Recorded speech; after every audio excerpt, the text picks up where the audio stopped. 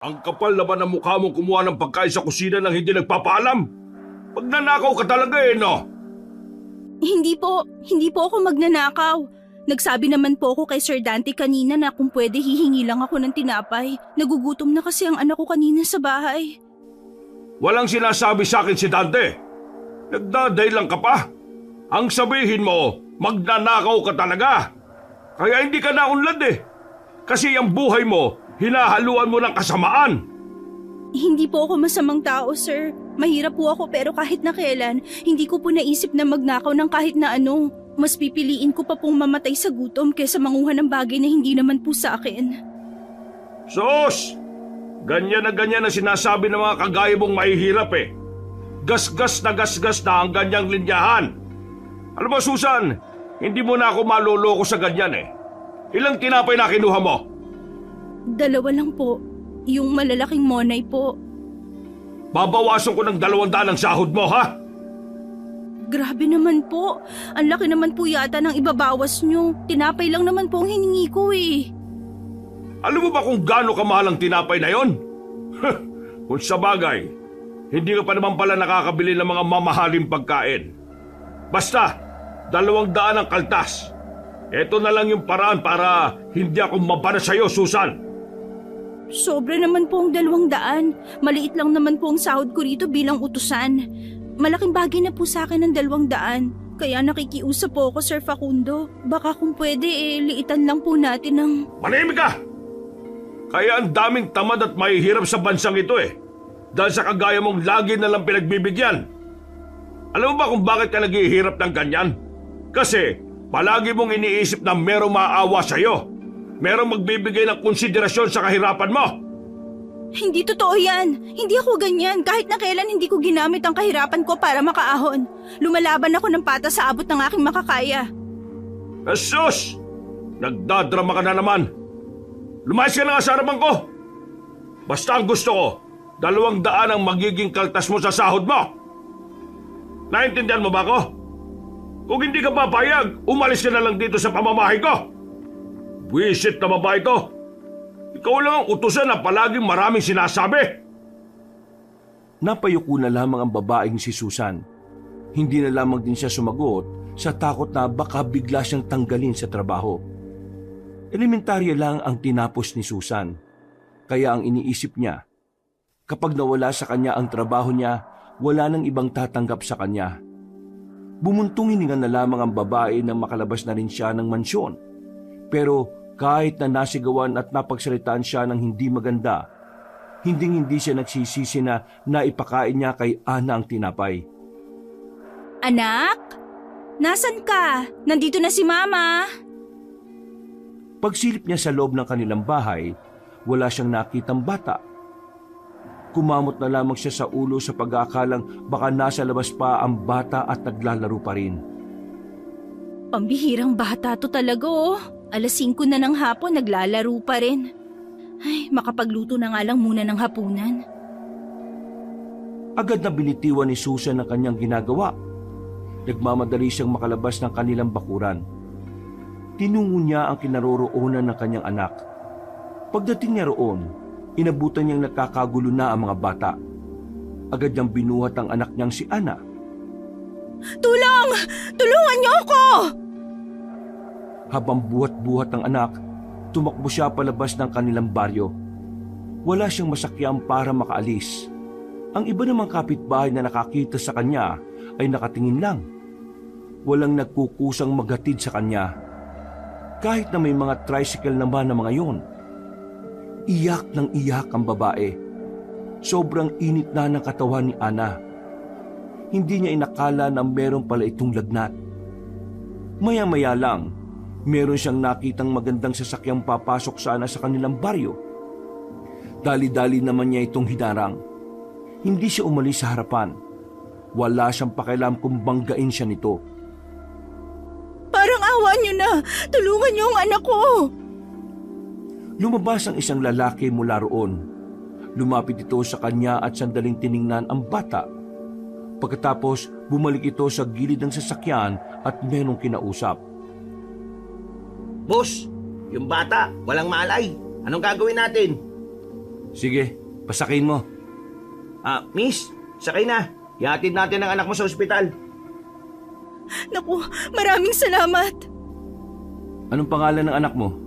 Hindi ko po alam. Galing kasi ako sa trabaho. Pag uwi ko ng bahay, pinuntahan ako ng kalaro niya. Ang sabi na walang daw ng malay ang anak ko. Tapos ayan na, ang init-init na niya. Huwag ka mag-alala, miss. Padadala natin sa ospital ang anak mo. Maraming salamat po. Maraming salamat talaga. Pasensya na po sa abala. Kahit na papaano ay nabawasan na rin ang pag-aalala ni Susan ng mga sandaling yon. Para sa kanya, isang malaking hulog ng langit ang dalawang lalaki. Kung hindi dahil sa mga ito, ay baka hindi na niya nadala pa sa ospital ang bata. Miss, main ka muna oh. Mamaya pa lalabas ang doktor eh. Maraming salamat po talaga. Anong pangalan mo?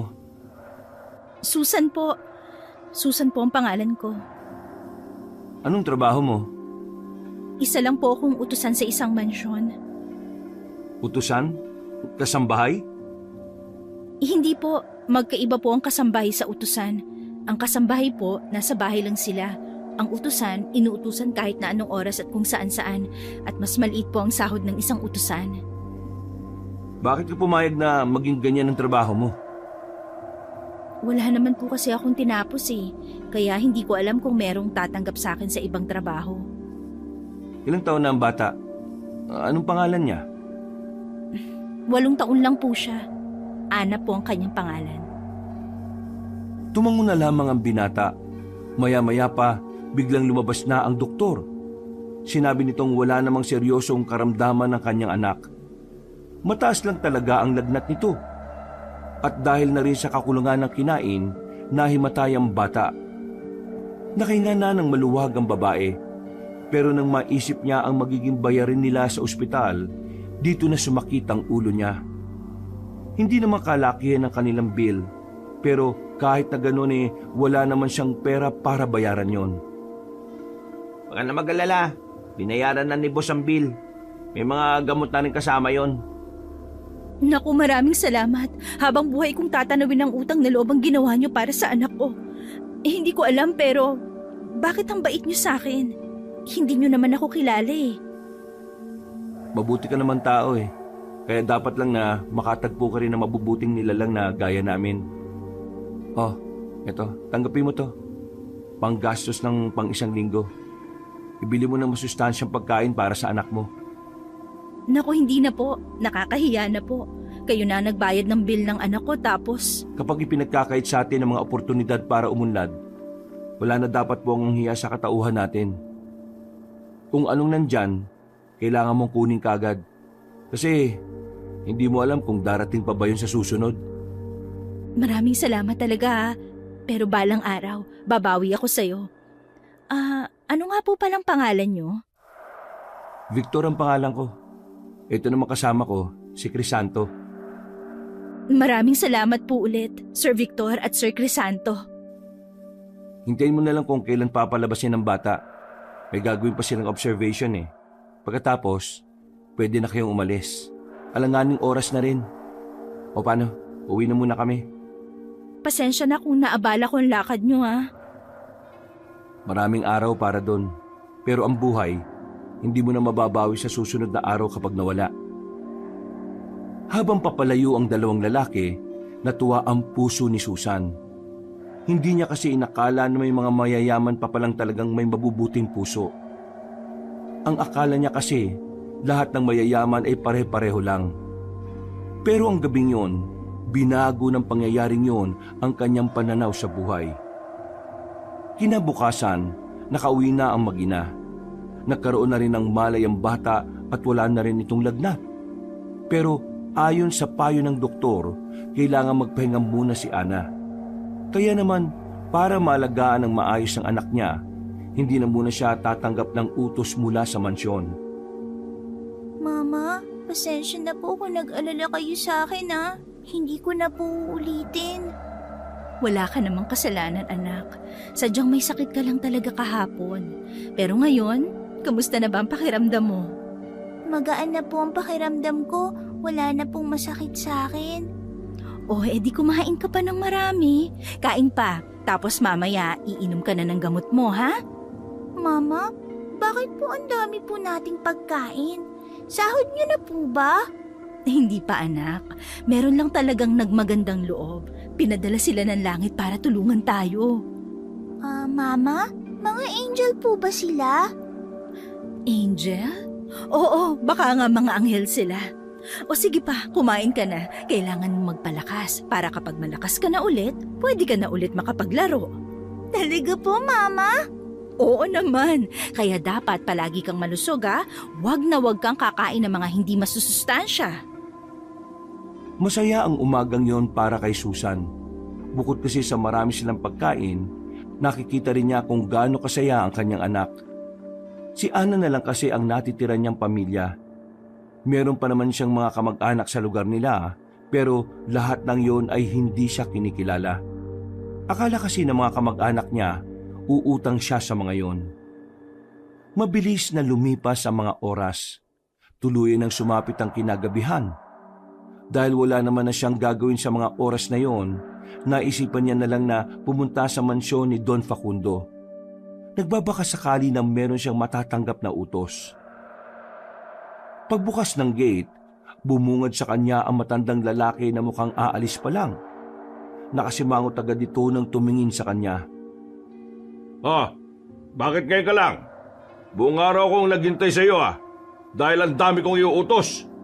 Tapos ikaw wala. Saan ka na naman nagpunta, ha? Galit na naman ang matanda. Parang kakaunting inis na lang talaga ay magagawa na siya nitong saktan ng pisikal. Bagay na kinababahala ni Susan. Kaya sa mga sandaling yon, sinasabihan niya ng dasal ang pagharap sa Don. Magsalita ka! Itinakbo po kasi ang anak ko sa ospital. Nawalan po siya ng malay dahil sa lagnat at sa gutom. Itinakbo mo ang anak mo sa ospital? Teka, ikaw ba yung sinasabi ng kliyente ko na tinulungan nilang dalhin ang anak sa ospital? Kliyente po? Meron akong kliyente na bigatin. Pag-uusapan sana namin ang isang bagsakang benta ko ng mga manok ko sa kanya. Pero hindi kami natuloy kahapon dahil doon. At ngayon, hindi pa sila nagpaparamdam. Kaya wala akong alam kung tutuloy pa ba sila o hindi. Ikaw ba yung sinasabi niya? Victor po ba ang pangalan niya? Oo, Victor nga. Wisit ka. Ikaw pala yung dahilan kung bakit nawala yung perang paparating na sana sa akin eh. Wisit ka talagang babae ka! Isang malakas na sampal ang binigay ni Don Facundo kay Susan. Kahit na kailan talaga, napakamalas ko sa'yo. Ikaw ang naging dahilan ng kamalasan sa buhay ko eh. Kaya magmula ngayon tatanggalin na kita rito sa bahay ko. Bahala ka sa buhay mo kung saan ka magtrabaho. Huwag naman po sir, pakiusap lang po. Wala na po ako mahahanapan ng trabaho. Pakiusap po. Pakiusapan mo mukha mo. Balas na ako sa'yo. Etong sahod mo. Nginudngud pa ni Don Facundo ang 300 pera sa mukha ng babae. Napatras pa si Susan at saka tumama ang likod sa sasakyan. Bakit po 300 lang? Yung bayad doon sa 2 tinapay na kinuha mo, binawas ko na. Pero 200 lang po yun. Bakit sobrang liit po nito? Binawas ko na rin para sa abala na ginawa mo sa kliyente ko. Pasalamat ka pa nga, may binigay pa ako sa iyo eh. Kulang na kulang ang sahod mo para sa perang nawala sa akin. Buisit! Sige na, umalis ka na nga dyan! Tinulak ni Don Facundo ang babae sa gilid. Wala nang nagawa ang babae kundi ang maiyak na lamang hawak ang 300. Luhaan na naglakad pabalik ang babae. Pero bago siya makarating sa kanilang bahay, pinunasan niya muna ang mukha niya. Ayaw niya kasing makita ng kanyang anak na umiiyak siya. Hanggat maaari, gusto lang niyang isipin ni Ana na wala siyang dinadalang problema. Kinagabihan, tahimik na ang buong paligid. Pero hindi ang utak ni Susan. Ang dami niyang iniisip. Ang dami niyang iniintindi ng mga bagay na may kinalaman sa kinabukasan niya. Bigla niyang naalala ang kanyang dating asawa. Muli, nabuhay na naman ang galit sa kanyang kalooban. Kung matino lamang sana ang napangasawa niya noon, hindi sana magiging ganoon ang buhay nilang mag-ina. Kung hindi sana umalis ang dating asawa para sumama sa ibang babae, baka meron siyang katuwang sa pagtaguyod ng pamilya. Napapapikit na lang siya habang umiiyak. Alam niya na kahit na anong gawin niya, hindi na mababago ang katotohanan. Lumipas pa ang ilang araw, naghanap-hanap na muna sa bayan ng trabaho ang babaeng si Susan.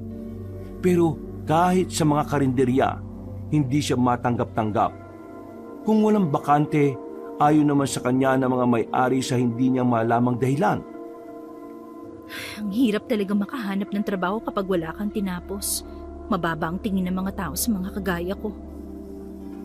Maglalakad na sana siya pauwi dahil wala ng pamasahe, pero biglang may tumigil na itim na sasakyan sa gilid ng bangketa. Pagbaba ng salamin, bumungad sa kanya ang nakangiting mukha ni Dante, ang nag-iisang anak ni Don Facundo. Hindi niya naman gaanong kilala ang lalaki. Hindi sila nakakausap kapag nasa mansyon.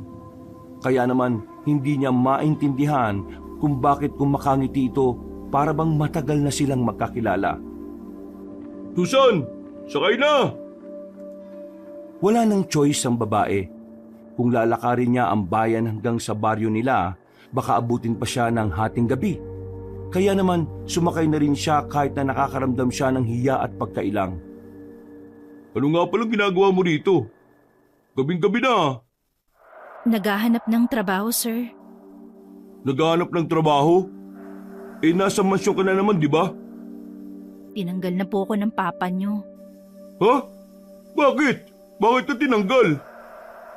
Ayoko na po sanang pag-usapan.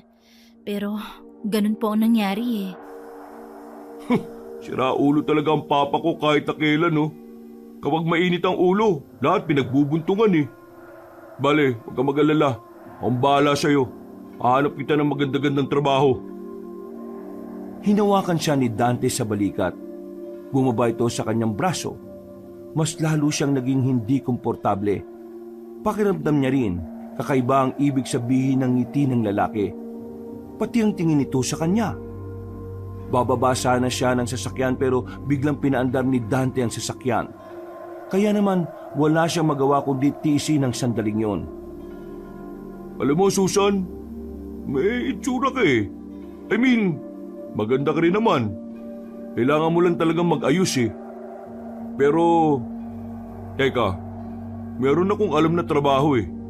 Modeling. Tingin ko, babagay sa'yo yun. Wala po akong alam sa modeling, sir. Hindi po ako marunong.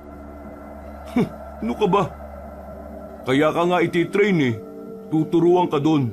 At kapag napag-aralan mo ng lahat, madali na lang sa'yo yun. Pasok na lang ng pasok ang pera. Hindi ko po kaya yun, sir. Mahiyain po kasi ako. Anong gusto mo? Kasambay ka lang? Utusan ka lang? May magagawa ka pang iba. May kaya ka pang magawa na higit sa ganoong trabaho. Alam mo, Susan, akong bahala sa'yo. Ako magiging manager mo. Ano po bang mga ginagawa kapag modeling? Nagpo-posing. Kukunan ka ng larawan. Tapos, makikita ka sa magazine. Pero, merong mas malaki ang kitaan dun. Mas malaki ang kitaan? Oo, pero kailangan mo lang lakasan talaga ang loob mo. Ano po yun? Kailangan mo lang ipakita sa kanila ang katawan mo. At ang magiging larawan mo, yun ang magiging pera mo. Paldo-paldo ka doon, Susan. Baka may ahon pa si Ana kapag nagkataon. Hindi po. Ayoko po ng ganon. Hindi ko po kayang ipakita sa maraming tao ang katawan ko. Susan, nanay ka. Dapat lahat ng bagay kaya mong gawin para sa anak mo. Di ba ganun ang isang ina? Ano bang mahalaga sa'yo? Ang imahe mo bilang babae o ang kumakalam na sikmura ng anak mo? Nanahimik si Susan. Napaisip din siya. Batid niyang kailangan na kailangan niya ng pera. Hindi niya sigurado kung tama bang pasukin niya ang mga trabahong labag sa kalooban niya. Maya-maya lang, biglang tumigil ang sasakyan sa gilid. Pagtingin ni Susan sa labas, nasa liblib na lugar na sila. Sumakto pa na madilim na rin ang paligid dahil nagsisimula ng gumabi. Sir, bakit po kayo tumigil? Meron pa akong isang trabaho na gustong ialok sa iyo eh. Pero hindi ko kayang sabihin yun ng nagmamaneho. Ano po ba yun? Susan, pamilyar ka ba sa sinasabi nilang masarap ang mga boss? Po? Napaka-inosente mo talaga. Yan ang dahilan kung bakit gustong-gusto kita eh. Sir naman, wag naman po sana kayong magbiro ng ganyan. Isang beses lang, Susan. Babayaran kita ng 5,000. Mataas na nga yung para sa kagaya mong wala namang klase. Gusto ko lang malaman ang lasa ng isang babaeng utusan ng merong anak. Sige na. Sir, wag. Dahan-dahang naglakbay ang kamay ni Dante sa kanyang hita. Nang hindi na niya kinaya ang kamanyakan ng lalaki, sinuntok niya ito sa mata. Nagkaroon siya ng pagkakataon na makalabas ng sasakyan. Nagmamadali siyang makatakbo pero nakita niyang lumabas din ang sasakyan ng lalaki at hinabol siya. Tulong! Tulungan niyo ako! Pero kahit na anong gawin niyang sigaw, wala namang nakakarinig sa kanya. Tulong! Tulungan niyo ako! Pakiusap! Susan, ano ka ba? Bakit ka tumakbo? Mag-uusap lang naman tayo tungkol sa magiging trabaho mo ah. Wag kang lalapit. Sige, papaluin kita nitong sanga. Susan naman, kalma. Wala naman akong gagawin masama sa'yo eh. Magugustuhan mo pa nga eh. Manyakis ka! Masama rin ang ugali mo. Kunwari ka lang na matino. Wala naman akong sinabi na matino ako ah. Yun lang talaga ang tingin mo sa akin kasi may gusto ka sa akin, di ba? Akala mo ba hindi ko alam? Sinabi na sa akin ni Aling Pepang, no? Paghanga lang yun kasi oo, gwapo ka at matangkad. Pero hanggang dun lang yun. Kahit kailan hindi ako nagkagusto sa'yo. Aba, parang ikaw pa itong lugi ngayon ah. Ang lakas naman ng loob mo. Pero huwag ka magkalala. Hindi naman ako galit eh. Halika na, lumapit ka na. Dali, doon natin sa kotse gawin to. Hindi ako papayag na magamit ako ng isang demonyong kagaya mo. Kung hindi ka lalapit, ako na lalapit. Tumakbo palapit ang lalaking si Dante. Pinalo naman ni Susan ng hawak-hawak niyang sanga ang binata. Pero dahil manipis lang naman ang sanga, ay wala rin namang epekto yun kay Dante. Iyan ang gusto ko eh. Pumapalag eh. Nagpapakibot pa. Hard to get ka ha? Masyadong malakas si Dante, kaya ilang sandali lang pumaibabaw na rin ito sa babae. Walang magawa si Susan ng mga sandaling yon. Hinang-hina na rin siya dahil sa puwersang ginagawa ni Dante sa kanya. Akmang aalisin na ni Dante ang butonis ng kanyang damit nang biglang merong humawak na lalaki. Hinila siya nito at ibinalibag sa harap ng sasakyan. Isang lalaking misteryoso ang dumating para iligtas si Susan. Aray, sino ka ba? Halimaw! Halimaw ka! Takot na takot si Dante at nagmamadali niya itong makabalik ng sasakyan. Humarurot ito ng alis. Samantala, napasiksik naman sa gilid si Susan. Nakatingin siya sa lalaking nasa harapan niya na mahaba ang buhok. Hindi ito maharap sa kanya. Sino ka? Wala siyang nakuhang tugon. Narinig niyang umahangin lang yon. Nanlaki ang mga mata ng babae nang makitang tumalo na mataas ang lalaki papunta sa puno. Nagtitindigan ang kanyang mga balahibo ng mga sandaling yon.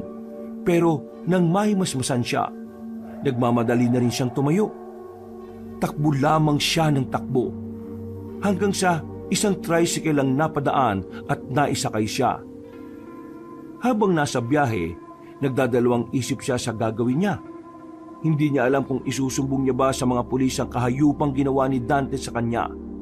Nababahala siya dahil alam niyan napakalakas ang impluwensya ni Dante dahil sa ama nito. Kaya naman, sa huli, napagdesisyonan na lamang niyang hindi na lang magsasalita. Mas pinili na lamang niyang umuwi na lang sa kanilang bahay. Bago siya pumasok sa kanila, huminga na muna siya ng malalim. Siniguro niyang hindi makakalata ang kanyang anak kung anuman ang nangyari. Mama! Oh, anong ginawa mo maghapon? Naubos mo ba ang nilaga kong kamote kanina? Opo, Mama. Ubus na po. Utot nga po ako ng utot eh. Naku, ikaw talagang bata ka. O teka, magpapalit lang ng suot ang mama ha? Maglaro ka na muna sa bakuran natin. Sige po. Paglabas ng bata ay agad siyang humarap sa salamin. Naiyak na naman siya. Hindi mabura-bura sa utak niya ang itsura ng mukha ni Dante habang pinagsasamantalahan siya. Pero sa kabilang banda, nahihiwagaan din siya sa lalaking nagligtas sa kanya. Alam niyang hindi pangkaraniwang tao yun. At base sa naging reaksyon ni Dante noon, palagay ni Ana ay hindi nga talaga kaaya-aya ang anyo ng lalaki. Lumipas pa ang 2 araw. Hindi napagod ang babae sa paghahanap ng trabaho. Nagkakanda utang-utang na siya sa mga kalugar nila, pero palagi lang siyang nabibigo. 3:00 ng hapon, habang naglalakad pa uwi ang babae, napadaan siya sa mansyon nila Don Facundo. Unang pumasok sa isipan niya ay si Dante. Lalagpas na lang sana siya, pero nakita niyang binubugbog ni Don Facundo si Dante. Nakarating na nga ang mga yon sa labas ng mansyon, sa mismong tapat ng gate. Gumilid ang babae at pinakinggan kung ano ang nangyayari. Sa kakaswang mo, na weirdohan ang kliyente sa'yo. Nawalan patuloy tayo ng kliyente dahil sa mga pinagsasasabi mo wala namang katuturan eh. Pero Papa, paniwala ka. Kaya hindi ako nakarating sa meeting nung araw na yun eh. Mahalaga sana ang meeting na yun. Kung sana nakarating ka, hindi ka sana nagsabi ng aswang-aswang sa kanila. Hindi sana sila mawiwirdohan sa'yo eh. Pero hindi ka pa nakarating. Makinig ka kasi muna sa akin pa. Inatake nga ako ng aswang noon. Nakakatakot ang mukha niya eh. Muntikan na nga niya akong patayin. Kahit itanong mo pa kay Susan. At ano naman ang kinalaman ng Susan na yan dito? Nagkita nga kami ni Susan sa bayan. Isinabay ko na lang siyang sumakay kasi uuwi na rin naman ako. Ang sabi ko, iihilang ako kaya pumarada kami sa gilid. Tapos, bigla na lang may aswang na dumating. Ito oh, tiyan mo tong likod ko. Bumaon pa yung kuko niya eh. Ginagamit mo pa yung walang kwentang tao na yon. Tumigil ka na nga! Huwag mo na nga muna akong kausapin hanggat hindi mo napapabalik yung mga kliyenteng nawala. Sinipa ni Don Facundo ang lalaking si Dante at sumakay na rin sa sasakyan. Buti nga sa'yo. Sinungaling. Umalis na lamang ang babae roon at nagpatuloy na rin sa paglalakad. Habang tulala na naglalakad, naggulat siya nang biglang lumitaw ang lalaking si Crisanto sa gilid. Lumapit ito sa kanya at akmang ipapalo niya pa ang daladalang bag. Oo! Hindi ako masamang tao, no? Ikaw yung kasama nung nagbayad ng bill namin? Si Crisanto? Mabuti naman at natatandaan mo pa yung pangalan ko. Oo, ako nga yun. Nandito kasi ako para sunduin ka eh. Sunduin? Teka, saan niyo ko dadalhin? Kalma lang, Susan. Gusto ko lang naman makakausap ng boss ko. Tukol ito sa trabaho. Huwag ka mag-alala. Legal naman ang trabaho ang iaalok niya. Mabibigyan niyo ko ng trabaho? Yung maayos at marangal? Oo, Susan. Kung papayag ka, sumunod ka na sa akin. Naroon si boss sa sasakyan. Hindi mapaliwanag ni Susan ang nararamdaman niya kung bakit agad siyang sumama. Wala kasi siyang nararamdamang panganib sa lalaking yun. At lalong-lalo na kay Victor.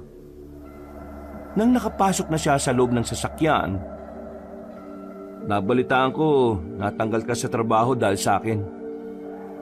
Sir, hindi naman po yun dahil sa inyo. Wala naman pong mali sa ginawa niyo eh. Kasi masama lang talaga ang ugali ni Don Facundo. Sinasaktan ka ba niya? Pisikal? Minsan, pero madalas mas masakit yung mga sinasabi niya. Hindi ka na babalik doon ha? Sa akin ka na magtatrabaho. Matanong ko lang sir, ano po bang magiging trabaho ko sa inyo? Wala akong kasambahay sa bahay ko eh. Kaya kukunin kita. Isama mo na rin ang anak mo. Mag-stay in kayo para nababantayan mo rin yung bata. Sa sahod, ibibigay ko yung nararapat. Tataasan ko pa. Naku sir, maraming salamat. Malaking tulong talaga to sa amin ng anak ko. Pero sir, bakit po ninyo ako tinutulungan? Simple lang. Kailangan mo ng tulong. O Crisanto, paandarin mo na. Nanahimik na lang muna si Susan. Mga ilang sandali lang ay nakarating na rin sila sa isang bahay. Hindi naman ito kalakihan. Pero mahaba at maganda ang disenyo. Ayon sa pagkakaintindi niya, rest house ito ni Victor. Matagal ko nang hindi natitiran to. Ngayon, dito na muna ako dahil gusto ko muna ng tahimik na buhay. At ikaw Susan, ikaw ang aasahan ko dito sa gawaing bahay ha. Hindi naman mahirap linisin ang bahay na to eh. Nandyan naman ang lahat ng gamit. Isa pa, kapag may hindi ka kayang gawin, nandito naman si Crisanto para alalayan ka. Maraming salamat talaga sir. Pangako, pagbubutihin ko po ang trabaho ko rito. O paano? Aalis na muna ako. Pupunta lang ako sa kabila. Crisanto, tulungan mo muna si Susan dito ha. At mamaya, sunduin niyo yung bata. Yes, boss. Copy, boss. Naglakad na palabas ang lalaking si Victor. Sinilip pa yun ni Crisanto bago nagsalita. Naninibago ako sa boss ko eh. Bakit naman? Ha? Eh, wala. Kaya mo na. Saan siya pupunta? Sa kabilang mansyon. Malapit lang dito yon. Lalakad ka lang ng mga 5 minuto siguro. Ang bait ng boss mo. Oo. Mabait naman talaga si Victor eh. Yung tatay lang din talaga ang masama ang ugali. At yung nanay. Buti nga, wala siyang minanang ugali sa mga yun eh. Mata pobre kasi. Bakit kaya ang daming mayayaman na masama ang ugali? Kasi, marami din namang mahihirap na masasama ang ugali. Kaya, balanse lang. Ganun pala yun? Halika na, sumunod ka sa akin. Ipapakita ko sa iyo sa taas ang magiging tulugan ninyong mag-ina. Nang makarating na sila sa itaas, O eto, ayos na ba ito sa inyo? Naku, ang laki naman ng kwartong to. 2 lang naman kami ng anak ko. Wala kasing maliit na kwarto rito eh. Isa pa, mas maganda ng ganito para malawak ang paglalaruan ni Ana. Maraming salamat, sir. Lisanto na lang. Huwag nang paser-ser. Pareho lang naman din tayong trabahador ni Victor eh. sandali na muna nilang nilinisan ang bahay. Dakong 6:00 na ng gabi nang matapos na sila.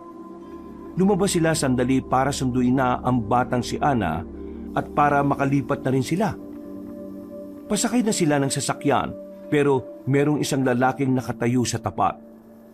Nakatingin ito ng makahulugan kay Susan. Nakaramdam naman ng pagkailang ang babae. Pare, kasamba ito ni Boss Victor. Wag to. Nang marinig yun ng lalaki, parang natataranta itong umalis. Natatawa na lamang si Crisanto. Kilala mo yun? Hindi. Baka mga dayo lang na naliligaw. O tara na. Balikan na natin yung anak mo. Sa unang gabi ng mag-ina sa bahay ni Victor, komportable silang nakatulog. Masaya, masigla, at maligalig ang batang si Ana. Tuwang-tuwa ito dahil yun ang unang pagkakataon na nakatulog ang bata sa malambot na kama. Kinabukasan ng umaga, nagsimula ng kumilos ang babaeng si Susan. Naglinis-linis muna siya sa buong bahay. Gusto niya sana magluto pero wala namang imbak sa loob ng refrigerator. Crisanto, ano palang lulutuin ko? Wala kasing laman yung ref nyo eh. Ay, oo nga pala. Mamaya, sasama ka sa akin sa palengke. Bibili tayo ng karne at bigas para may makain kayo rito ni Ana. Kami? Kayo? Hindi na. Kayo na lang. Bale yung iluluto mo, para sa inyo lang ni Ana ha. Bakit naman? Parang hindi naman tama na hindi ko kayo paglutuan. Kasi, sa labas kami madalas kumakain. Masasayang lang kung paghahandaan mo rin kami. Ah, ganun ba? Sige. O paano? Iwan ko muna kayo rito ha. Bibili lang ako ng makakain nyo. At susunduin ko na rin si boss. Sige, mag-iingat ka. Nang makalis na si Crisanto, itinuloy na lamang ng babae ang kanyang paglilinis. Nakarating na nga rin siya sa likuran ng mansyon. Sa hindi naman inaasahang pagkakataon, meron siyang nakitang bungo ng tao roon. Hindi niya yung pinansin. Iniisip na lamang niya na baka pang disenyo lang yon. Gawa sa marmol na ginagamit sa tuwing mayroong Halloween party. Pinagpatuloy niya ang paglilinis sa likod ng bahay. Pero ang sunod niyang nakita ay ang labis na nag-iwan ng katanungan sa kanyang utak. Mga buhok ba ito ng tao? Nang marinig niyang tinatawag siya ng kanyang anak, ay dali-dali na lamang niyang iniwan yon. Inabutan niya si Ana na nasa sala. Dumadaing na ng gutom. Anak, hintayin na lang natin si Crisanto ha. Bumili lang siya ng pagkain. Pero mama, nagugutom na po kasi ako eh. Ana, di ba ang sabi ko dapat matuto tayong maghintay? Opo. Maya-maya'y bumukas ang pinto. Pumasok ang dalawang matanda. Magara ang suot. Nagkikinangan ng mga alahas na nakakabit sa katawan. Agad na napaayos ng tayo si Susan nang mapagtanto ng mga magulang yon ni Victor. Bumuntong hininga siya at saka nagsalita. Magandang umaga po sa inyong Sino ka? Bakit narito ka sa pamamahay ng anak namin? kasambahay lang po ako rito. Nung nakaraan lang po ako dito dumating. Kasambahay? Kailan pa nagustuhan ng lalaki niyo na magkaroon ng kasambahay? Sa pagkakaalala ko, ayaw na ayaw ni Victor na magkaroon ng kasama sa bahay. Kaya nga pinagawa namin tong bahay sa kanya para makapag-isa siya. Tapos sasabihin mo sa amin na kasambahay ka? Maniwala po kayo, kasambahay lang po talaga ako. Kahit itanong niyo pa po sa kanya. Alam mo ba kung anong lugar ang pinasok mo? Po? Nandito ka sa... Anong ginagawa niyo rito sa bahay ko? Napalingon sila sa pintuan nang biglang dumating ang dalawang lalaki. Agad na pumasok si Victor at tinarap ang kanyang mga magulang. Sabihin mo nga, totoo ba na kasambahay mo ang isang ito? Oo, totoong kasambay ko siya. At ako mismo ang kumuha sa kanya.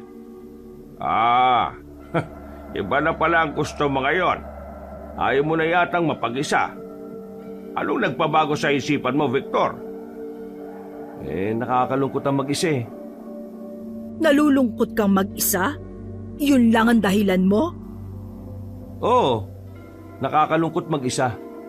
Dahil mula nung bata ako, hindi ko naramdaman na may mga kasama ako kasi palagi kayong abala. Akala ko noon, ayos lang. Pero ngayong nasa tamang gulang na ako para makapag-isip, ngayon ko napagtanto na talaga palang malungkot ang pag-iisa.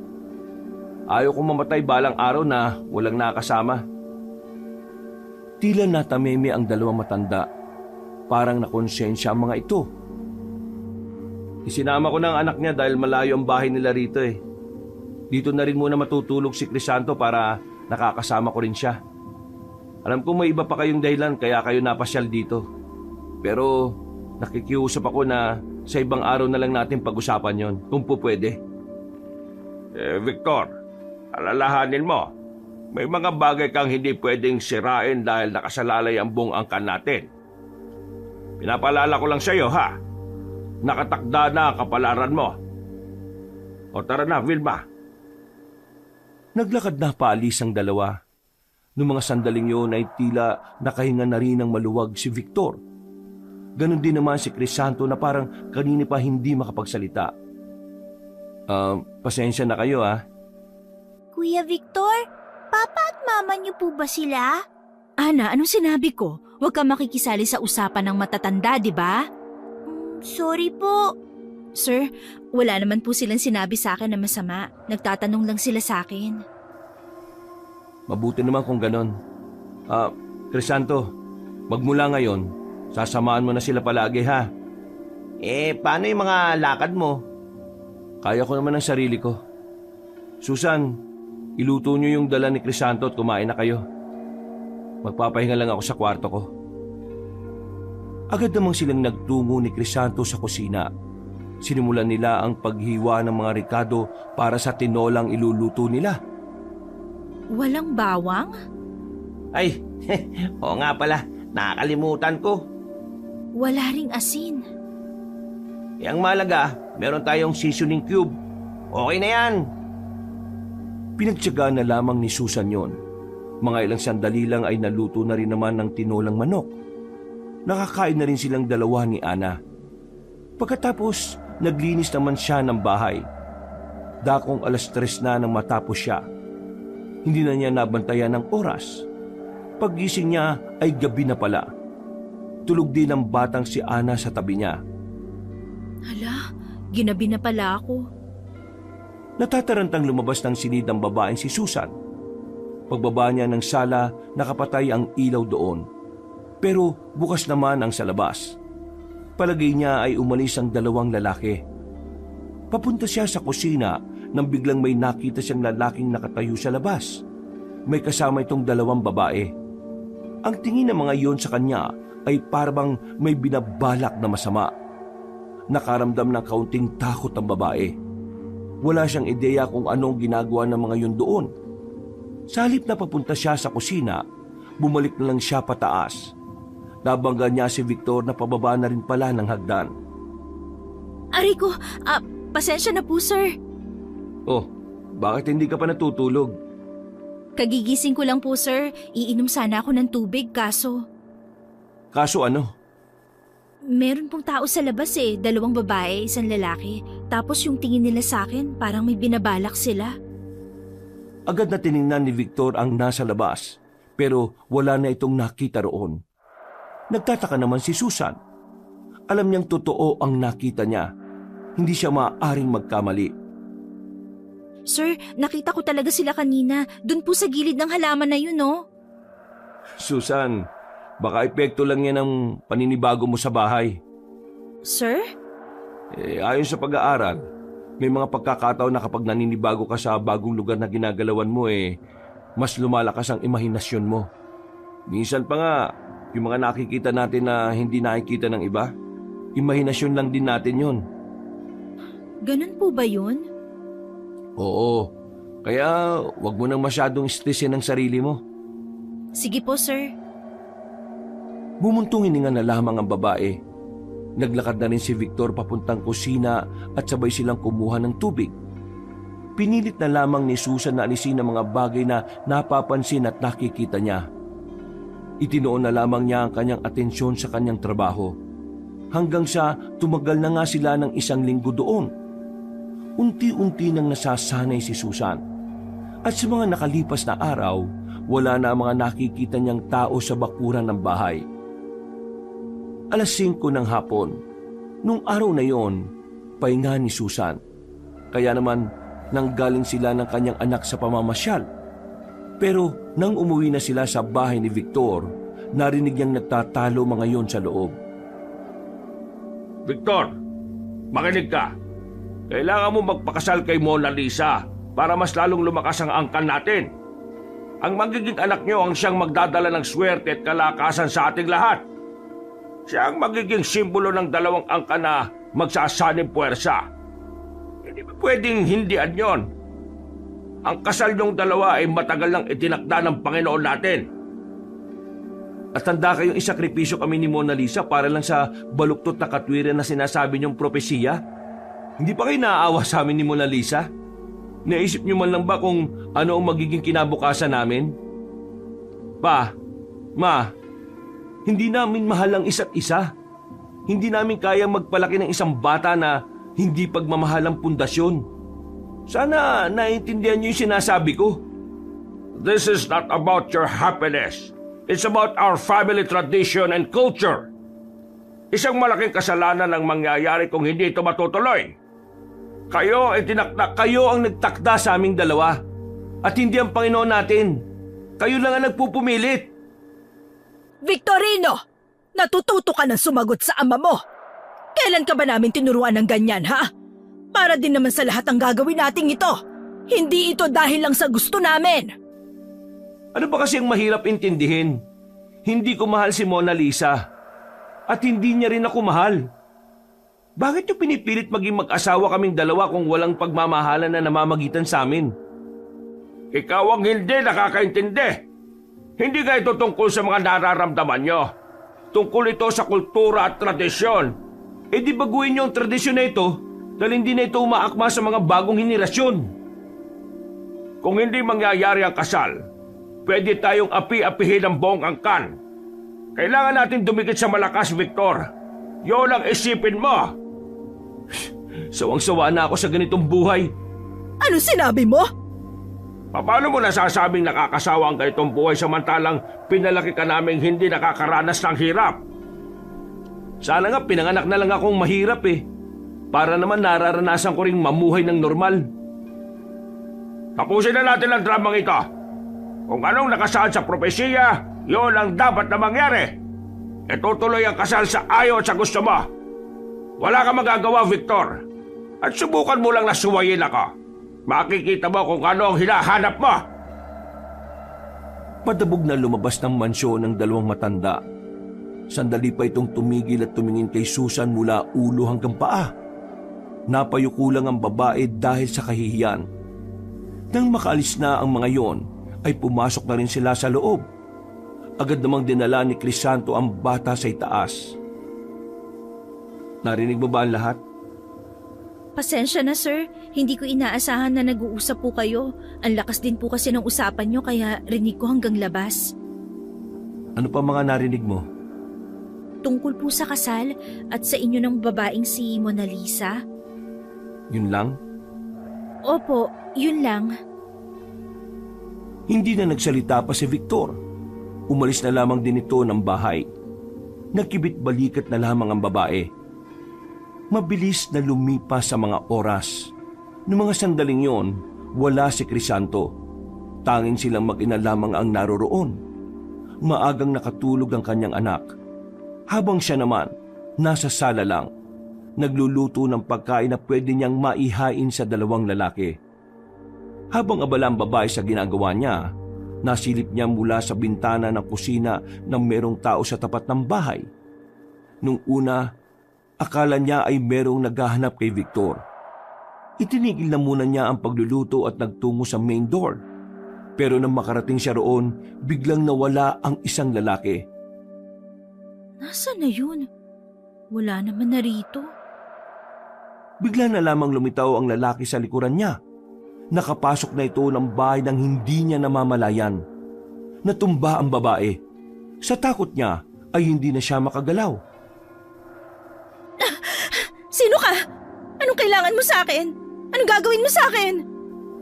Hindi ko inakala na may tao palang naninirahan sa bahay na ito. Ha! Ayos! Paldo-paldo! Marahang lumapit ang lalaki. Magbabago na sana ito ng anyo nang biglang dumating si Crisanto at Victor. Mabilis na binalya ni Crisanto ang lalaki. Pinagsusuntok nito yon at nang hindi na makapalag, pwersa ang hinila ni Crisanto palabas ng bahay. Sira ulo ka.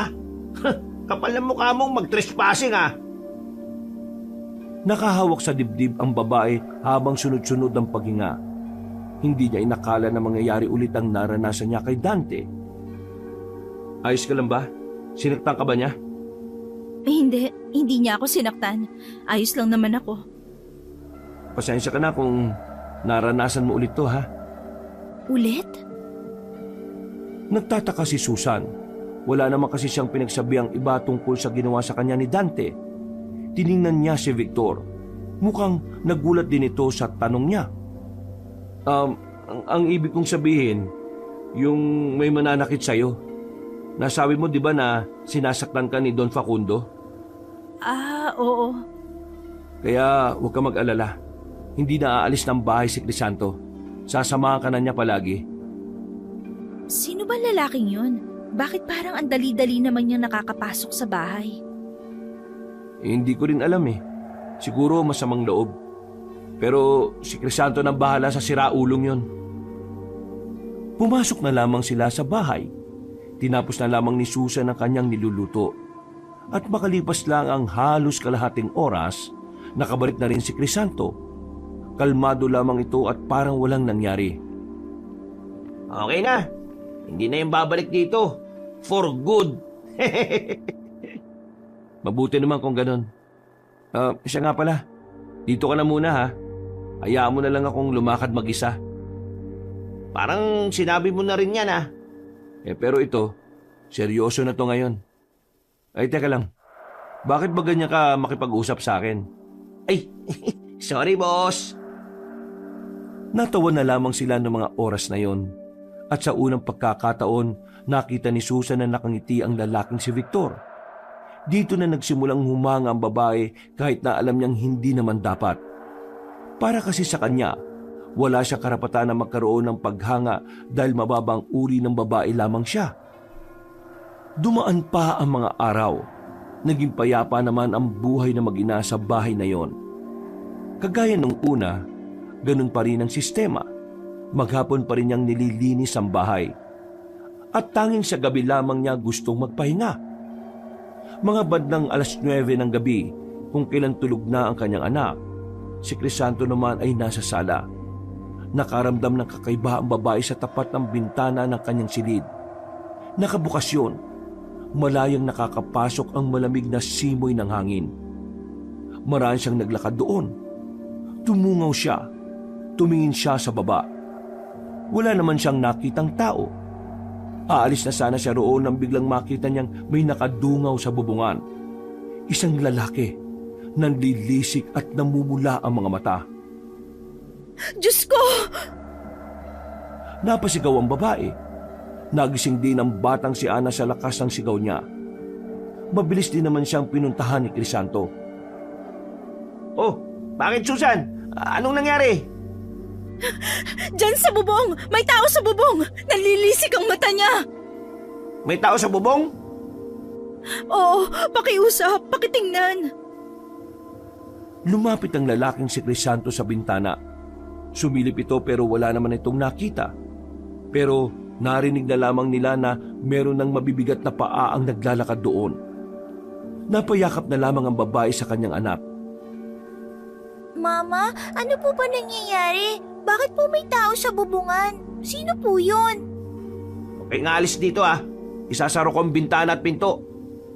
Bakit? Saan ka pupunta? Pupuntahan ko yung nasa itaas. Umalis si Crisanto. Habang sila mag-ina naman ay sumisiksik na lamang sa gilid. Kabadong kabado. Nagdarasal na sana mawala na ang naririnig nila. Mama, bakit po ganun yung tunog? Para pong galit na aso. Takpan mo na lang ang tenga mo, anak. Huwag mong pakinggan. Sa mga oras na yon, unti-unti nang nagkakaroon ng ideya ang babae kung ano ang nasa itaas. Aswang lang ang nasa isipan niya. Mama, ano po nangyayari? Diyos ko! Maya-may nakarinig sila ng kalabugan sa bubungan. Narinig nilang tila dalawa na ang aswang na nasa itaas. At parang naglalaban yon. Litong-lito na ang babae sa mga pagkakataong yon. Binuksan niya ang aparador at kinuha ang tinatago-tago niyang kutsilyo. Mama, bakit kami hawak niyan? Maghihiwa ka ba ng kamatis? Diyos ko, gagamitin ko to para protektahan ka. Huwag ka na munang maingay. Nawala ang kalabog sa itaas. Nanahimik bigla ang paligid at nakikiramdam lang ang mag-ina. Maya-maya pa, kumatok na si Crisanto. Pagbukas ni Susan ng pinto, duguan ng lalaki. Meron itong sugat sa braso. Pero parang hindi man lang nito nararamdaman. Diyos ko, ano ba nangyayari? Ano ba yung kinalaban mo sa taas? Huwag ka na magtanong. Ang malaga, wala na siya. Anong wag magtanong? Sabihin mo sa akin ang totoo. Ano nakita mo sa taas? Bakit parang halimaw ang naririnig namin? Hindi yun nalimaw. Magnanakaw lang yun. Ang ganda mo kasi. Kaya ang daming manyakis na nagpupunta rito. Hindi ako nakikipagbiruan, Crisanto. Nalalagay na ang buhay naming mag-ina sa peligro. Wala ako sa posisyon para magsalita. Ha? Bakit? Ako na ang magsasabi. Napalingon sila sa likuran nang biglang dumating ang lalaking si Victor. Kakarating lang nito. Lumapit ito kay Susan. Bago ko sagutin yung mga katanungan mo, hayaan mo munang sabihin ko sa iyo ang dahilan kung bakit kita tinulungan at bakit kita dinala rito. Boss, sigurado ka na ba na sasabihin mo? Tingin ko, kailangan niya ng malaman ng totoo. Anong totoo ang sinasabi niyo? Matagal na kitang kilala, Susan. Hindi ko alam kung naalala mo pa yung batang nagligtas sa iyo dati nung elementary pa lang tayo. Ako yun.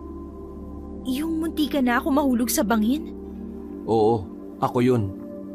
Mula na mangyari yun, sinabi ko sa sarili ko na hahanapin kita ulit. At sa baryo nyo, doon kita nakita. Sa pagkakataon na kailangan mong itakbo si Ana sa ospital, yun ang unang pagkikita natin matapos ng maraming taon. Sa puntong yun pa lang, alam ko na kagad na totoo ang nararamdaman ko. Bata pa lang tayo, gusto na talaga kita. Ano? Ako? Gusto mo? Itong kagaya ko? Oo, gusto kita. Sir, kulang ka lang yata sa tulog eh. Paano mo ako magugustuhan kung... Hindi ako tumitingin sa estado ng isang tao, sa kaluluwa mo bilang tao. Po? Ang sinasabi ni boss, nagustuhan ka niya di dahil sa kung ano ang katayuan mo sa buhay, kundi dahil sa kung ano man ikaw. Pero hindi kita pipilitin na suklian ang pagtingin ko. Ang dahilan kaya kita dinala rito dahil gusto kong mailayo kayo sa pangahamak ng ibang tao. Lalong-lalo na si Don Facundo at ang anak niyang si Dante. Pero alam ko magagalit ka kapag nalaman mong dinala kita rito, kahit na alam kong pwede kayo malagay sa peligro. Naging makasarili ako. Gusto ko kasing kasama na kita pero hindi ko naisip ang kaligtasan na... Diretsuhin mo na kasi ako. Ano ba talaga nangyayari? Crisanto, dalhin mo na muna si Ana sa kabilang kwarto. Oh, halika na muna, Ana. Hindi tayo pwedeng sumali sa usapan ng mga matatanda. Matanda ka na rin po, di ba? Huwag ka na nga magtanong, tara na. Huminga ng malalim si Victor. Nilakasan na lamang nito ang loob niya. Aswang ako. Ano? Aswang ako, Susan. Seryoso ka ba? Oo, aswang ako. Hindi ako nagbibiro. Teka, aswang ka? Totoo? Yung mga nakikita mo rito, yung mga weirdong tao na laging nagpupunta at nakatingin ng masama sa'yo, yung nasa taas ng bubungan, aswang sila lahat. At ang lugar na kinalalagyan mo, lugar ito ng mga aswang. Hindi na nakapagsalita pa ang babaeng si Susan. Naramdaman na lamang nito ang pagtindigan ng kanyang mga balahibo. Hindi siya makapaniwala sa mga sinabi ng lalaking kaharap niya. Kaya nila kayo gustong makuha ay dahil kayong dalawa lang ang tao rito. Lahat ng narito, aswang. Pati ang mga magulang mo, aswang? Oo, Pati si Crisanto at Mona Lisa na ikakasal sa'yo? Aswang din? oo, pareho silang aswang. Napaupo na lamang ang babaeng si Susan sa kama. Napahawak ito sa kanyang sentido. Susan, patawarin mo ako kung hindi ko kagad sinabi sa'yo. Natatakot kasi ako na baka kapag sa una palang nalaman mo ng aswang ako baka hindi ka... Ngayon, hindi ka ba natatakot sa magiging reaksyon ko? Wala na akong choice, Susan Kailangan mo na rin namang malaman. Kailangan ko nang malaman kasi mapapahamak na kami, ganun ba? Tapos kapag nalaman ng mga magulang mo na may gusto ka sa akin, mas lalo pang malalagay sa peligro ang buhay naming mag-ina, ganun ba?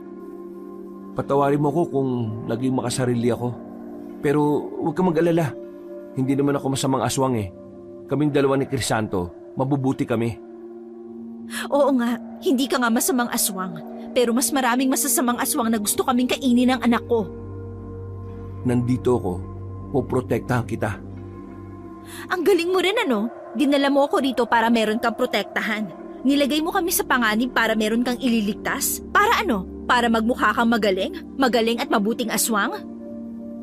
Tatanggapin ko ang lahat ng sasabihin mo. Aalis na kami rito ng anak ko bago pa nila kami makuha. Delikado kung lalabas kayo. Mas delikado kung mananatili kami rito na ang mga kasama aswang. Nagmamadaling lumabas ng silid ang babaeng si Susan. Agad nitong kinuha ang kanyang anak. Palabas na sana sila ng main door nang biglang dumating ang mga magulang ni Victor. Marami itong kasama. Maging si Victor din ay ikinagulat ang pagdating ng kanyang ama at ina. Agad namang siyang humarang kay Susan. Ma, pa, anong meron? Bakit sumugod kayo rito? Anong meron? Tanungin mo ang sarili mo. Alam na namin ang dahilan mo kaya ayaw mong pakasalan si Mona Lisa. Yun ay dahil sa taong yan. Mawalang galang na po, pero nadadamay kami rito eh. Wala akong kaalam-alam sa mga nangyari. Sisihin niyo ang anak niyo. Manahimik ka! Sinisira mo ang mga nasa propesiya eh. Tao ka lang, kaya wala kang karapatan na sirain ang mundo ng mga aswang. Hindi ko sinisira ang mundo niyo. Kayo ang sisira sa mundo naming mag-ina. Padaanin niyo kami at aalis na kami rito. Victor, magpakasal ka kay Mona Lisa! Ma naman, ilang beses ko bang sasabihin sa inyo na wala akong balak na magpakasal sa kanya dahil hindi ko naman siya. At sino ang mahal mo? Ang taong ito? Nasisira ka na ba ng bait? Hindi maaaring magkatuluyan ang aswang at ang tao. Magkaibang mundo ninyong dalawa. Hindi ka ba nakukonsensya? Idadamay mo pa ang buhay ng babaeng yan! Mamili ka. Magpapakasal ka kay Mona Lisa o mamamatay ang babaeng yan. Victor, kilala mo ako kapag ako nagsalita. May nangyayari talaga. Bumuntong hininga na lamang si Victor. Pumayag na lamang siya kaysa naman mapahamak ang babaeng kanyang minamahal. Sige, sasama na ako. Papayag na ako. Huwag niyo lang sasaktan si Susan at ang anak niya. Papayag ka rin naman pala eh. Kailangan mo pang takutin. O sige na, sumama ka na sa amin. Crisanto, ikaw na munang bahala sa kanila. Umalis sa mga aswang kasama si Victor. Nakahinga naman ng maluwag si Susan. Buong akala niya kasi ay mapapahamak na silang magina. Oh, saan ba kayo pupunta? Saan pa? E di aalis na kami sa lugar na to. Di kayo pwedeng umalis nang hindi nyo ako kasama, no? Wala na akong tiwala sa'yo. Aswang ka. At ang mga aswang, halimaw. Baka mamaya kung ano pang gawin mo sa akin. Susan, naiintindihan ko kung hindi ka magtitiwala sa akin. Pero Susan, sa mga oras na to, kailangan mong isugal yung tiwala mo. At bakit ko naman gagawin yon? Dahil hindi pa kayo ligtas. Ha? Kahit pumayag si Victor sa gusto ni Mang Andoy, hindi ka pa rin ligtas. Ipapapatay ka pa rin ng mag-asawa. Ipapakain nila kayo sa mga aswang. Kaya Susan, pagkatiwalaan mo ako ngayon. Ako lang ang nag-iisang kakampi mo rito. Pangako, wala akong gagawing masama sa inyo. Maniwala ka sa akin, hindi ako masamang aswang. Paano ako makakasiguro na hindi ka katulad nila? Eh, hindi ako dating aswang eh. Paano hindi ka dating aswang? Normal na tao lang ako. Ginawa lang nila akong aswang. Ibig sabihin, hindi ako natural na gaya nila. Meron pa rin akong pusong tao. Tao pa rin ang takbo ng utak ko. Kaya, maniwala ka na. Wala na tayong panahon para magpaliwanagan, no? Baka bumalik pa sila rito eh. Huminga ng malalim si Susan. Sa puntong ito, tuluyan na siyang nakumbinsi ni Crisanto. Kaya naman, hinuwakan na niya ng maigpit ang kanyang anak. Aalis sila sa lugar na yon. Pagpunta nila sa sasakyan, nakita nilang buta sa mga gulong. Mukhang sinadya ng mga tao ni Mang Andoy yun para hindi na sila kagad makaalis. Hindi na natin magagamit ang sasakyan na to. Kailangan natin maglakad. Ana, bumasa ka sa likod ko para mas mabilis tayo. Mabigat po ako. Ayos lang. Agad nang pinasa ni Crisanto ang batang babae. Sumilip sila sa labas. Pinakiramdaman na muna nila kung may aswang. Nang masiguro nilang wala, ay agad na rin silang lumabas. Pero hindi pa rin sila nakakalayo. Narinig na nila ang mga angin ng mga aswang. Bad trip. Nandyan na sila. Sige, dito na muna tayo. Mama, makakain po ba tayo ng aswang? Shh! Huwag kang maingay. Makakain tayo kapag nag-ingay ka. Nakasiksik lamang sila sa gilid ng mga sandaling yon. Kabadong-kabado sila. Makakalagpas na sana mga aswang nang biglang mautot ang batang si Ana. Dahil dito, napukaw nila ang atensyon ng mga aswang. Nakatingin na sa kanila ang mga aswang. Nagpalit na rin ng anyo si Crisanto para magamit niya ang kakaiba niyang lakas. Pinasanan niya ang bata sa kanyang likuran. Habang binuhat naman niya si Susan sa harapan. Umapit kayo mag-ina! Tatakas tayo! Magsasalita pa sana si Susan pero bigla nang tumalo ng mataas si Crisanto. Napapikit na lamang si Susan at si Ana noong mga sandaling yon. Hindi nila alam kung anong nangyayari. Ang alam lamang nilang mag-ina, tumalon-talon sila sa mga puno. Kuya Crisanto! Malapit na po sila sa akin! Paglingon ni Crisanto, nakasunod na pala ang mga yon sa kanila. Kaunti na lang ay maaabot na ng mga yon si Ana sa likuran. Kaya naman, mas itinodo pa ni Crisanto ang kanyang bilis. Nang maiwanan nila yon, nagtago na muna sila sa ilalim ng punong balete. Tinga lang ako saglit ha. Sa harapan ko na kayo bubuhating dalawa. Kuya Crisanto, paano niyo kami nabubuhat ng sabay? Dahil nakaanyong asong ako kanina kaya malakas ako. Sigurado ka bang kaya mo pa? Pwede mo na kaming iwan dito. Tumakas ka na. Hindi ko kayo pababayaan. Hindi ko sisirain ang pangako ko kay Victor na kahit na anong mangyari, ililigtas ko kayong dalawa. Nanahimik na sila nang maramdamang dumaan na ang mga aswang. Sa pagkakataong ito, hindi na sila nakita.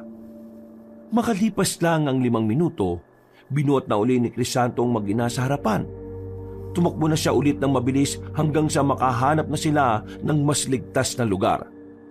Nagtago sila sa isang kuweba na may kaliitan. Ano? Nilalamok ba kayo? Hindi naman. Wala naman lamok dito. Dito na muna tayo ah. Kapag sumapit ng umaga, saka tayo aalis. Delikado masyado kung aalis tayo ngayong gabi. Ganun ba talaga ang pagnanais nila na mawala kaming mag-ina? Oo.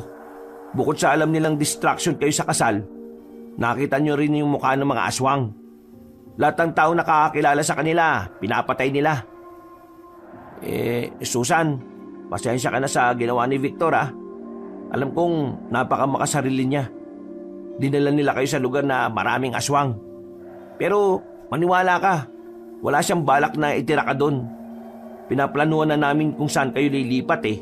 Ang kaso nga lang, yung mga aswang na dumalaw ng mga nakaraang gabi, nagsumbong kay Mang Andoy at Aling Vilma.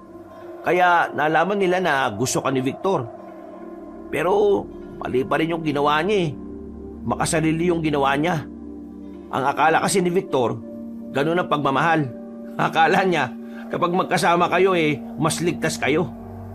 Hindi ba siya marunong magmahal? Hindi niya ba alam na ang pagiging makasarili hindi totoong pagmamahal? Kahit na kailan, hindi nakaranas ng pagmamahal si Victor. Kasangkapan lang ang tingin sa kanya ng mga magulang niya. Kasangkapan para sa sinasabi ng propesiya. Ang ikasal sa isang miyembro ng malakas na angkan ng mga aswang. Hindi malaman ni Susan kung makakaramdam ba siya ng awa o hindi. Naroon pa rin kasi ang galit niya kay Victor. Kung hindi kasi sila dinala roon ng lalaki, hindi naman magiging peligroso ang buhay nila. Dakong alauna, sinusubukan na ng mag-inang makatulog, pero sa hindi na namang inaasahang pagkakataon, meron na namang nararamdaman si Crisanto na aswang. Susan, kailangan nating lisanin ng lugar na ito. Bakit? May mga aswang na naman ba? Oo, mukhang sinusuyod na nila ang lahat ng gubat eh. Tulog pa ang batang si Ana ng buhati na ito ni Crisanto. Sa pagkakataong ito, kailangan na munang maglakad din ni Susan para maireserba ni Crisanto ang kanyang lakas. Marahan at maingat silang humahakbang para hindi sila makagawa ng kahit na anong ingay. Pero laking gulat na lamang nila nang may makasalubong silang isang aswang. Umangil ito ng malakas para maabisuhan ang mga kasama nito. Samantala, mabilis namang ipinasa ni Crisanto ang bata kay Susan. Nagpalit agad ito ng anyo. Kinalaban nito ang aswang na yon hanggang sa mapatay. Ang kaso nga lang, alam na ng ibang aswang na naroon sila. Kaya naman, dali-dali na silang tumakbo. Nang makarating na sila sa kalsada, saka naman namulikat ang paa ni Crisanto. Napilitan na itong ibaba ang mag-ina dahil madadapa lang sila. Crisanto, baka maabutan nila tayo.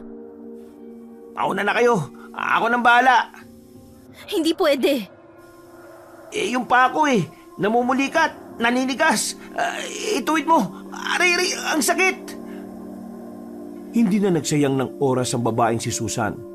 Buong puwersa niyang pinigilan ng pagtiklop ng binti ni Crisanto. Nang medyo lumambot na yon, nakita nilang may sasakyan na paparating. Agad na humarang si Crisanto sa gitna. Tumigil din naman ang sasakyan. Hoy! Siraulo ka ba? Kung magpapakamatay ka, huwag mo ako idamay ha! Maangas na nilapitan ni Crisanto si Dante. Dinakma niya ito sa kwelyo at hinila palabas. Uy! Anong ginagawa mo? Karnaper ka ba? Pairam lang kami ng sasakyan. Susan, tara na. Ha? Susan? Paglapit ni Susan ay malakas na sampal ang inabot ni Dante. Agad-agad din namang sumakay ng sasakyan ng babae. Uy! Sandali! Sama! Nagawa pa makapasok ni Dante sa loob ng sasakyan. Katabi ito ni Crisanto sa front seat. Takang-taka naman ang binatang si Dante kung papaanong nagkakilala si Susan at Crisanto. Ikaw yung alalay ni Victor, di ba? At ikaw naman yung utusan na anak ni Don Facundo. At ang walang yang na naman tala kay Susan. Hindi na nakapagsalita pa si Dante.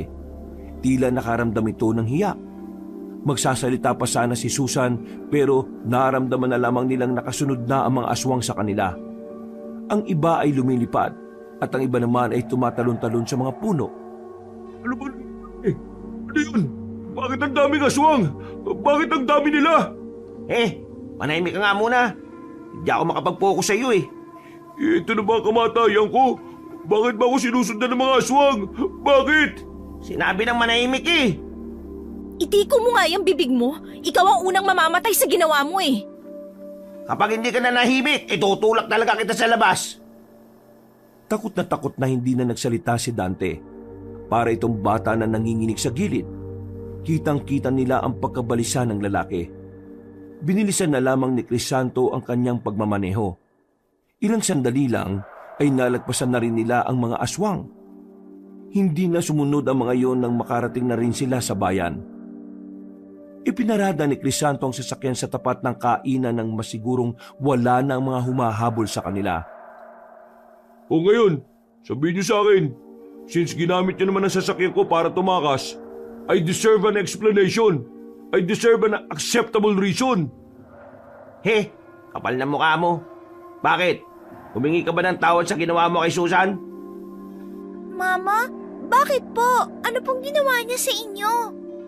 Crisanto, wag na muna nating pag-usapan yon. Ang mahalaga, nakaligtas tayong lahat sa panganib na dala ng aswang. Di mga aswang nga talaga yung nakita ko kanina. Oo nga, mga aswang sila. At ang mga aswang na yon, kumakain ng mga siraulong kagaya mo. Ha? Bakit? Bakit nila ako hinahabol?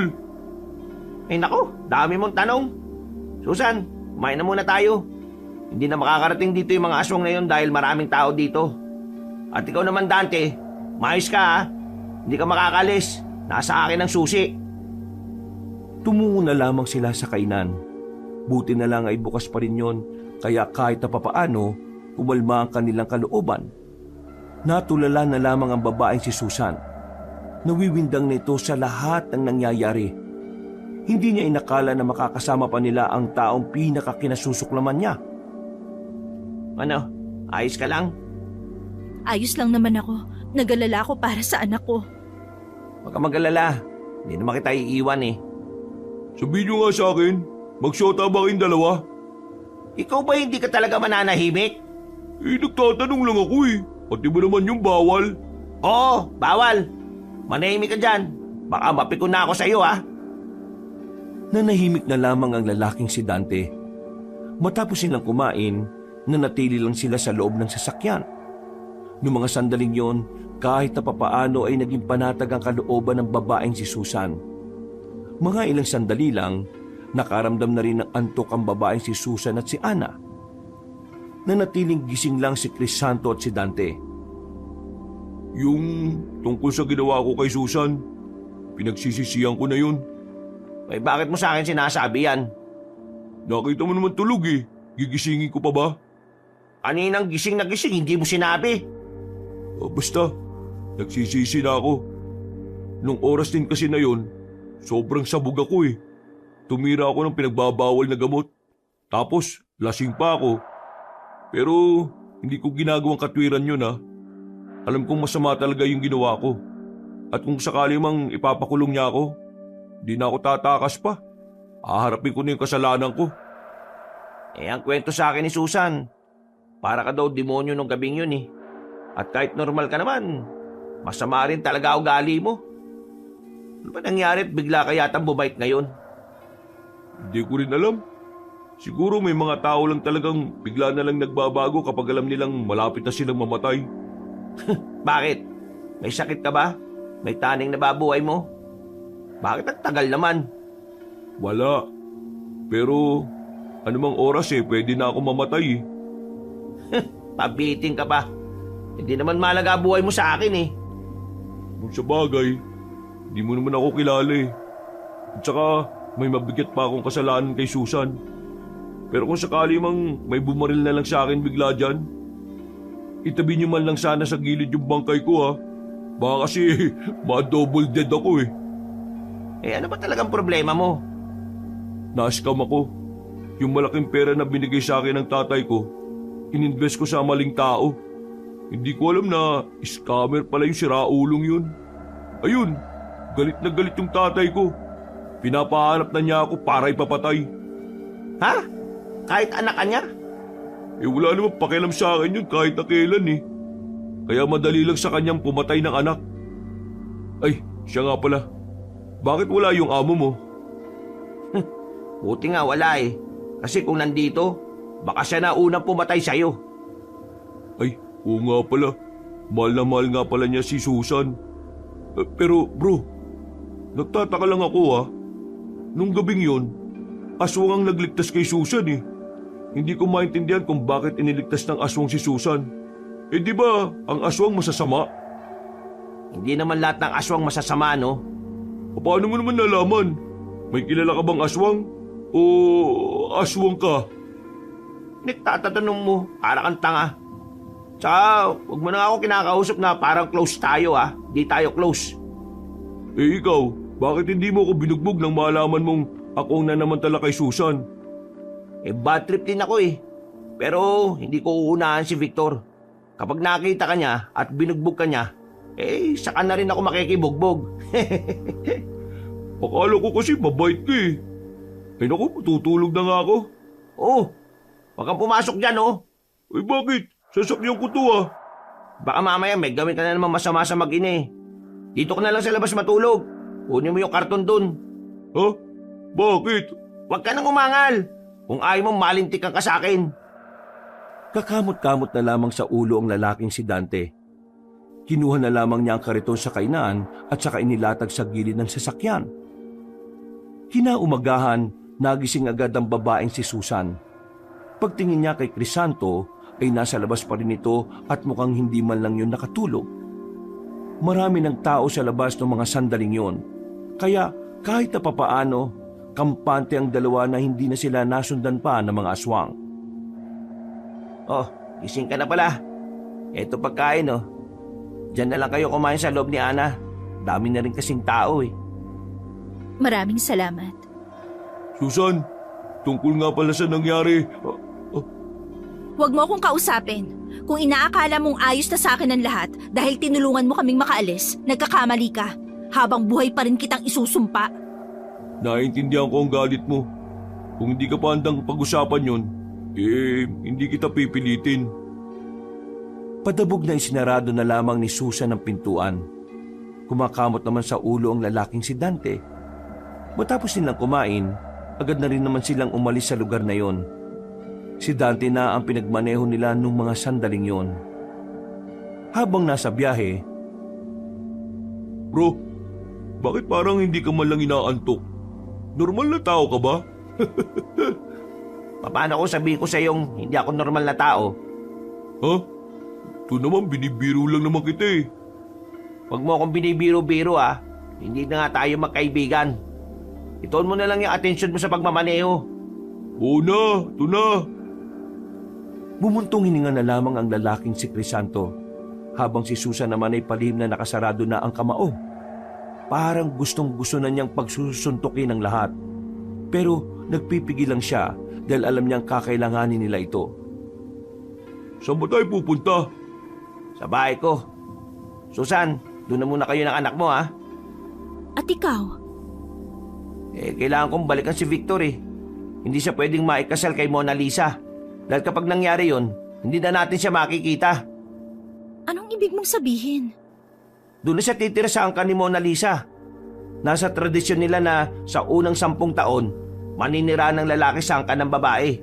Pagkatapos ng 10 taon, saka sila bubukod at lalayo sila sa mga pamilya nila.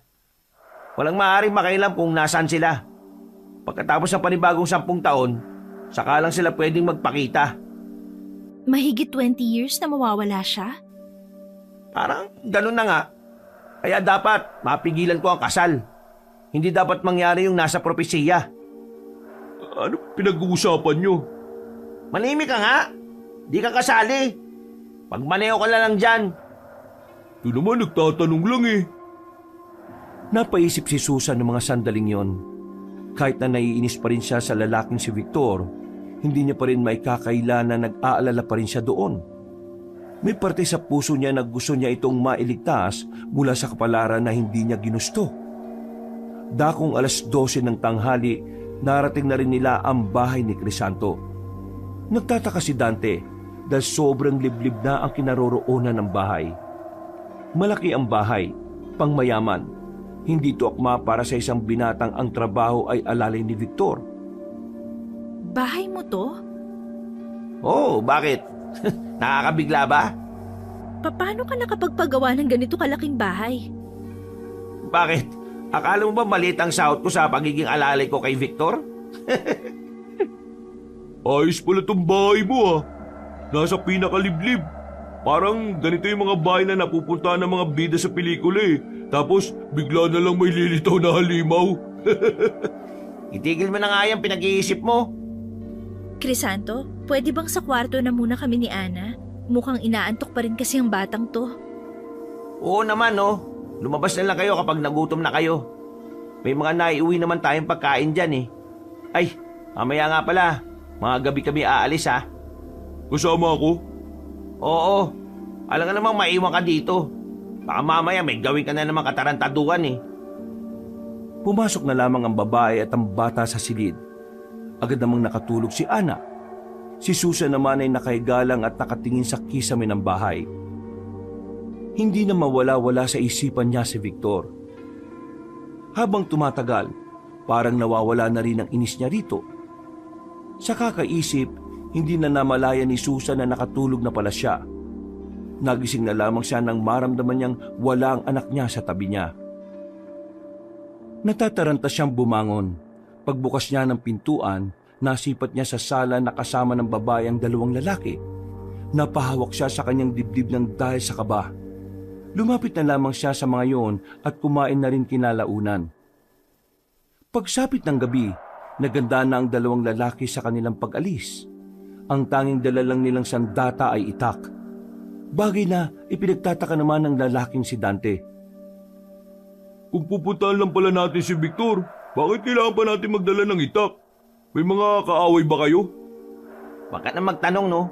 Kung talagang nagsisisi ka sa ginawa mo kay Susan, tutulong ka na lang. Oo na, paulit-ulit. Susan, isinara ko na yung lahat ng bintana ha.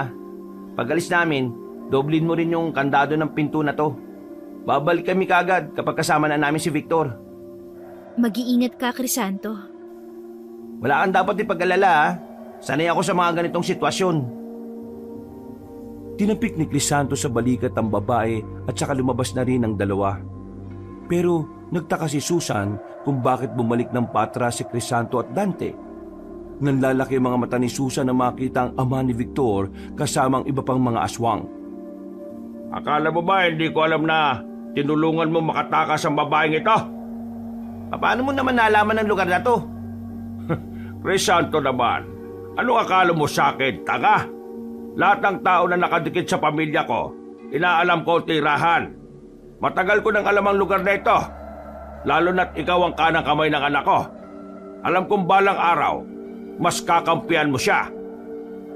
Mang Andoy, bakit hindi na lang natin pabayaan si Susan at ang anak niya? Pumayag naman na si Victor na magpakasal kay Mona Lisa. Alam mo naman ang batas sa mga kagaya natin, hindi ba? Sa oras na malaman ng isang tao ang pagkakakilanlan ng mga tumatayong pinuno, papatay ng taong yon. Teka, sandali lang. Ano ba nangyayari dito? At sino ka naman? Ako ang dapat magtanong niyan. Bigla-bigla na lang kayong dumarating eh. Sino ka ba? Mukhang hindi mo yata alam kung anong gulo ang ipinasok mo, iha. Gulo? Yung sinasabi ni Crisanto? Yung anak niyo ikakasal sa hindi niya gusto? Tinatanong mo kung sino ako? Sige, magpapakilala ko sa'yo. Lumapit ang matandang lalaki kay Dante. Halos sidikitan nito ang mukha sa mukha ng binata. Hinawakan ni Mang Andoy ang balikat ni Dante ng mahigpit. Ngumiti ang matandang aswang ng malapad. Ang kaharap mo ngayon ay walang iba kundi ang pinuno ng mga aswang sa aming angkan. Agad na inalis ni Dante ang kamay ni Mang Andoy sa balikat nito. Nagawa pa talaga nitong tumawa. Bagay na nagdulot naman ng pagkainsulto kay Mang Andoy. Ikaw? Pinuno ng aswang? Ang tanda mo na eh. Baka nga nirarayo ka na eh. Bigla na lamang dinakma ni Mang Andoy sa leeg si Dante. Itinaas yun sa ere. Nakita ni Dante ang pagbabago ng anyo ng matanda. Nanlaki ang mga mata ni Dante nang mapagtanto niyang totoong ang aswang ang kanyang nasa harapan. Buti na lamang, binitiwan pa siya ni Mang Andoy. Pulang-pula ang mukha ni Dante nang bumangon ito at nagtago sa likuran ni Crisanto. Siguro naman naniniwala ka na. Mang Andoy, ako na lang ang kunin nyo. Ako na lang ang parusahan nyo. Huwag nyo na pong idamay si Susan at ang anak niya. Bakit ba handa ka pang itaya ang buhay mo para sa mga taong yan? Katapatan po. Ano? Ito po yung dahil sa katapatan ko kay Victor. Kahit na anong mangyari, hindi ko hayaang mapahamak ang mga taong mahalaga sa kanya. Kahit na buhay ko ang maging kapalit. Inutil. Handa ka mamatay para sa mga taong dapat kinakain lang natin. Yan ang itinuro sa iyo ni Victor. Ang maging emosyonal at maging mahina. Mga bata, kunin nyo na mga ito. Itong 3 tao ihahanda natin niya sa kasal. Itong si Crisanto, ikukulong to ng 100 taon. Pre, patay ka na yata nun. Wala na silang nagawa ng mga sandaling yon. Kinuha na sila ng mga aswang. Nakatulog sila nang paamuyin sila ng kung anumang kemikal. Nang magising sila, nasa loob na sila ng isang selda. Magkakasama silang 4 doon. Mama, nasaan na po tayo? Bakit po tayo nakakulong? Ano po bang nagawa nating kasalanan? Anak, makakalabas din tayo rito. Huwag ka mag-alala. Makakalabas din tayo. Uy bro, alam ba kung nasaan tayo? Nandito tayo sa baryo ng mga aswang. Walang yung buhay to. Baryo ng mga aswang? Seryoso ka ba talaga? Kung ayaw mo maniwala, galitin mo sila para ikaw na yung unahing gawing sisig. Crisanto, ano nang gagawin natin ngayon? Hindi ko rin alam eh. Wala pa sa 10% ang tsansa na makatakas tayo rito. Himala na lang talaga ang pwede nating asahan. Ay naku, ang lupit ng karma sa akin ah. Nilalaro ko ng malala. Napatingin si Dante sa kanyang sapatos. Sa kanya lamang napansin na merong nakadikit doon na kasing laki ng kuko ng tao. Kinuha niya yun at sinuri. Hindi niya malaman kung ano yon, kaya tinanong na niya kay Crisanto. Bro, ano ba kung ano to? Oh, saan mo to nakuha? Dito sa sapatos ko, bakit? Tracking device to eh. Tracking device? Teka, Si Papa naglagay siguro nito. Ibig sabihin, pupunta sila rito kapag nalaman nilang nandito ka? Sakto. Daming tauhan ni Papa, no? Nakita ko sila nung nakarang parang hindi sila bababa ng 30. Lahat armado pa. Eh di maganda, magkakagulo. May tsansa tayo makaalis dito. Biglang nawala ang ngiti ni Dante nang mapagtanto nito ang isang bagay. Napansin din naman yon ni Crisanto at Susan. Oh, bakit? Eh kapag nagpunta rito sila, Papa, baka yun na rin yung huling sandali ko rito sa mundo eh. Pero gusto ko, bago man lang ako mawala, makabawi ako sa iyo, Susan. Tumingin na lamang ang babae sa ibang direksyon. Hindi niya pa rin kayang tingnan na matagal ang taong nanamantala sa pagkababae niya.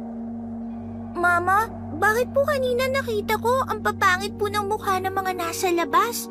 Totoo po bang mga aswang sila? Ana, kung ano man ang mga nakikita mo, sila ang mga nilalang na dapat nating takasan. Oo, mga aswang sila. Eh di ba po aswang ka rin? Oh, aswang ka rin? Ano ba sa tingin mo? Di ako naniniwalang aswang ka rin eh.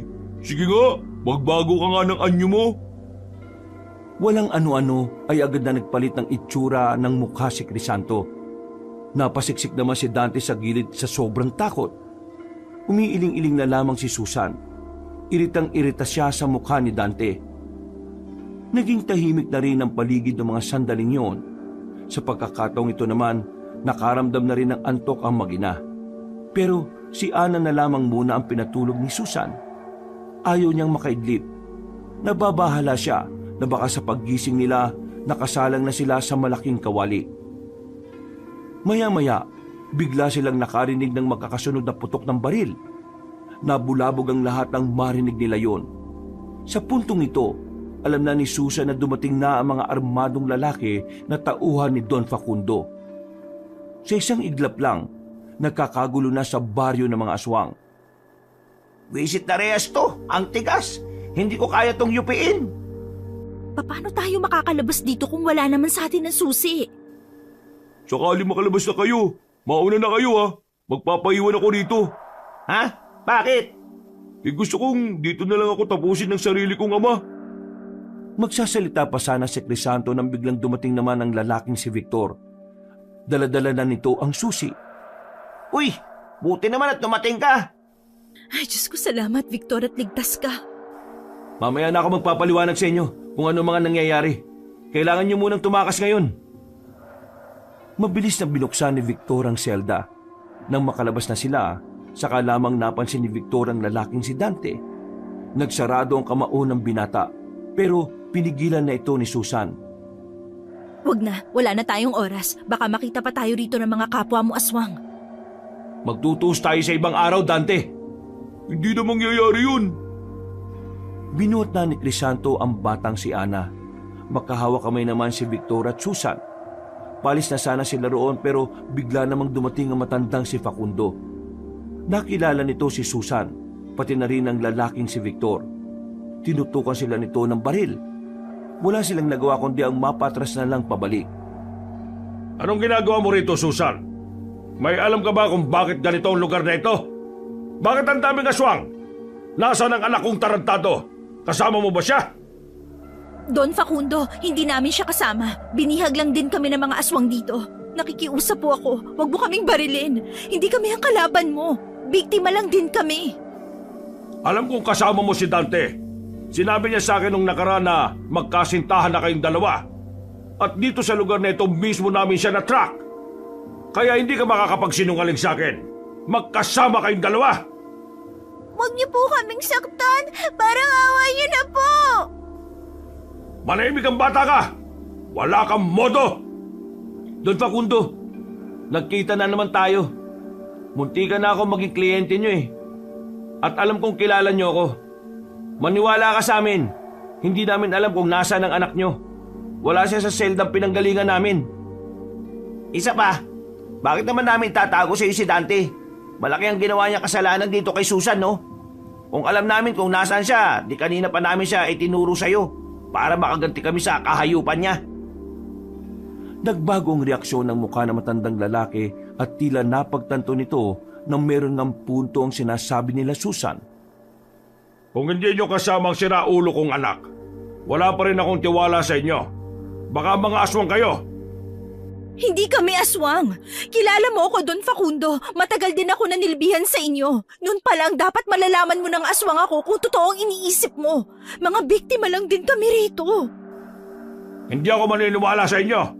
Alam ko tatraidorin nyo lang ako eh. Kaya pasensya na lang talaga tayo. Muling itinutok ni Don Facundo ang mataas na kalibre ng baril sa kanila. Ramdam nilang hindi na magpapapigil pa ang matanda. Wala na ito sa tamang kaisipan. Ang tanging tumatakbo na lamang sa utak ni Don Facundo ay aswang ang lahat ng naroon. Aswang na maaari ding pumaslang sa kanya. Nagkatingin na naman si Victor at Crisanto.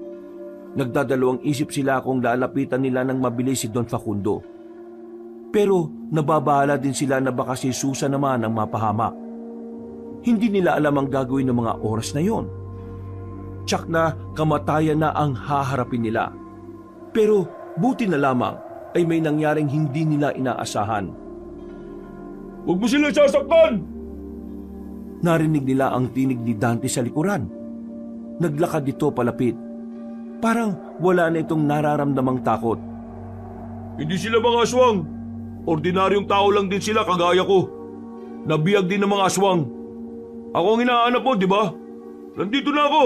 Huwag mo na silang idamay. Walang iya ka. Kung hindi dahil sa katangahan mo ang hayop ka, hindi malulugi ang mga negosyo ko. Kaya nga nandito na ako sa harapan mo para tanggapin kung ano man yung gagawin mo sa akin. Patayin mo na ako. Yun naman ang gusto mo mangyari, di ba? Ang patay ng mga taong wala nang pakinabang sa'yo. Abat, papatayin talaga kita ngayon! Nang itinutok ni Don Facundo ang baril sa binata, lumapit agad si Dante para makipag-agawan ng baril. Umalis na kayo! Sige na! Umalis na kayo! Habang nakikipagpuresahan ng lalaking si Dante, tumakbo na sila Susan paalis. Ilang segundo lang, narinig na lamang nila ang makakasunod na putok mula sa kinaroroonan nila Dante. Noong mga sandaling yon, hindi alam ni Susan kung ano ang mararamdaman niya. Gusto niyang maging masaya dahil sa wakas, wala na ang taong muntikan ng dumungis sa pagkababae niya. Pero sa kabilang banda, nakakaramdam siya ng konsyensya kapag ganun ang iniisip niya. Dahil alam niya, nakabawi na si Dante sa kanya sa iba't ibang uri ng paraan. Huwag mo nang isipin yun, Susan. Hindi ka dapat makonsensya sa kamatayan ng mga taong salot. Nakatago sila sa gilid ng isang bahay.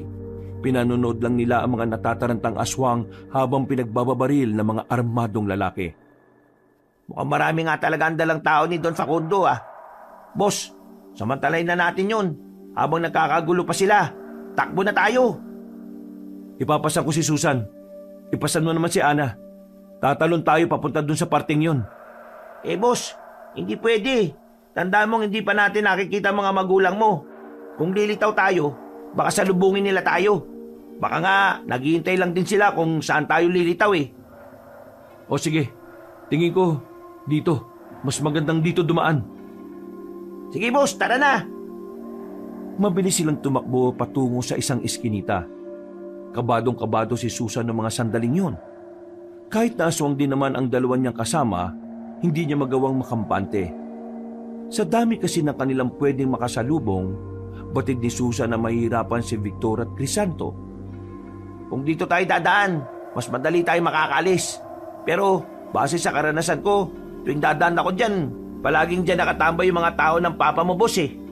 Ngayon, hindi malabong marami din dyan. Kung dito naman tayo sa kabila, walang gaano.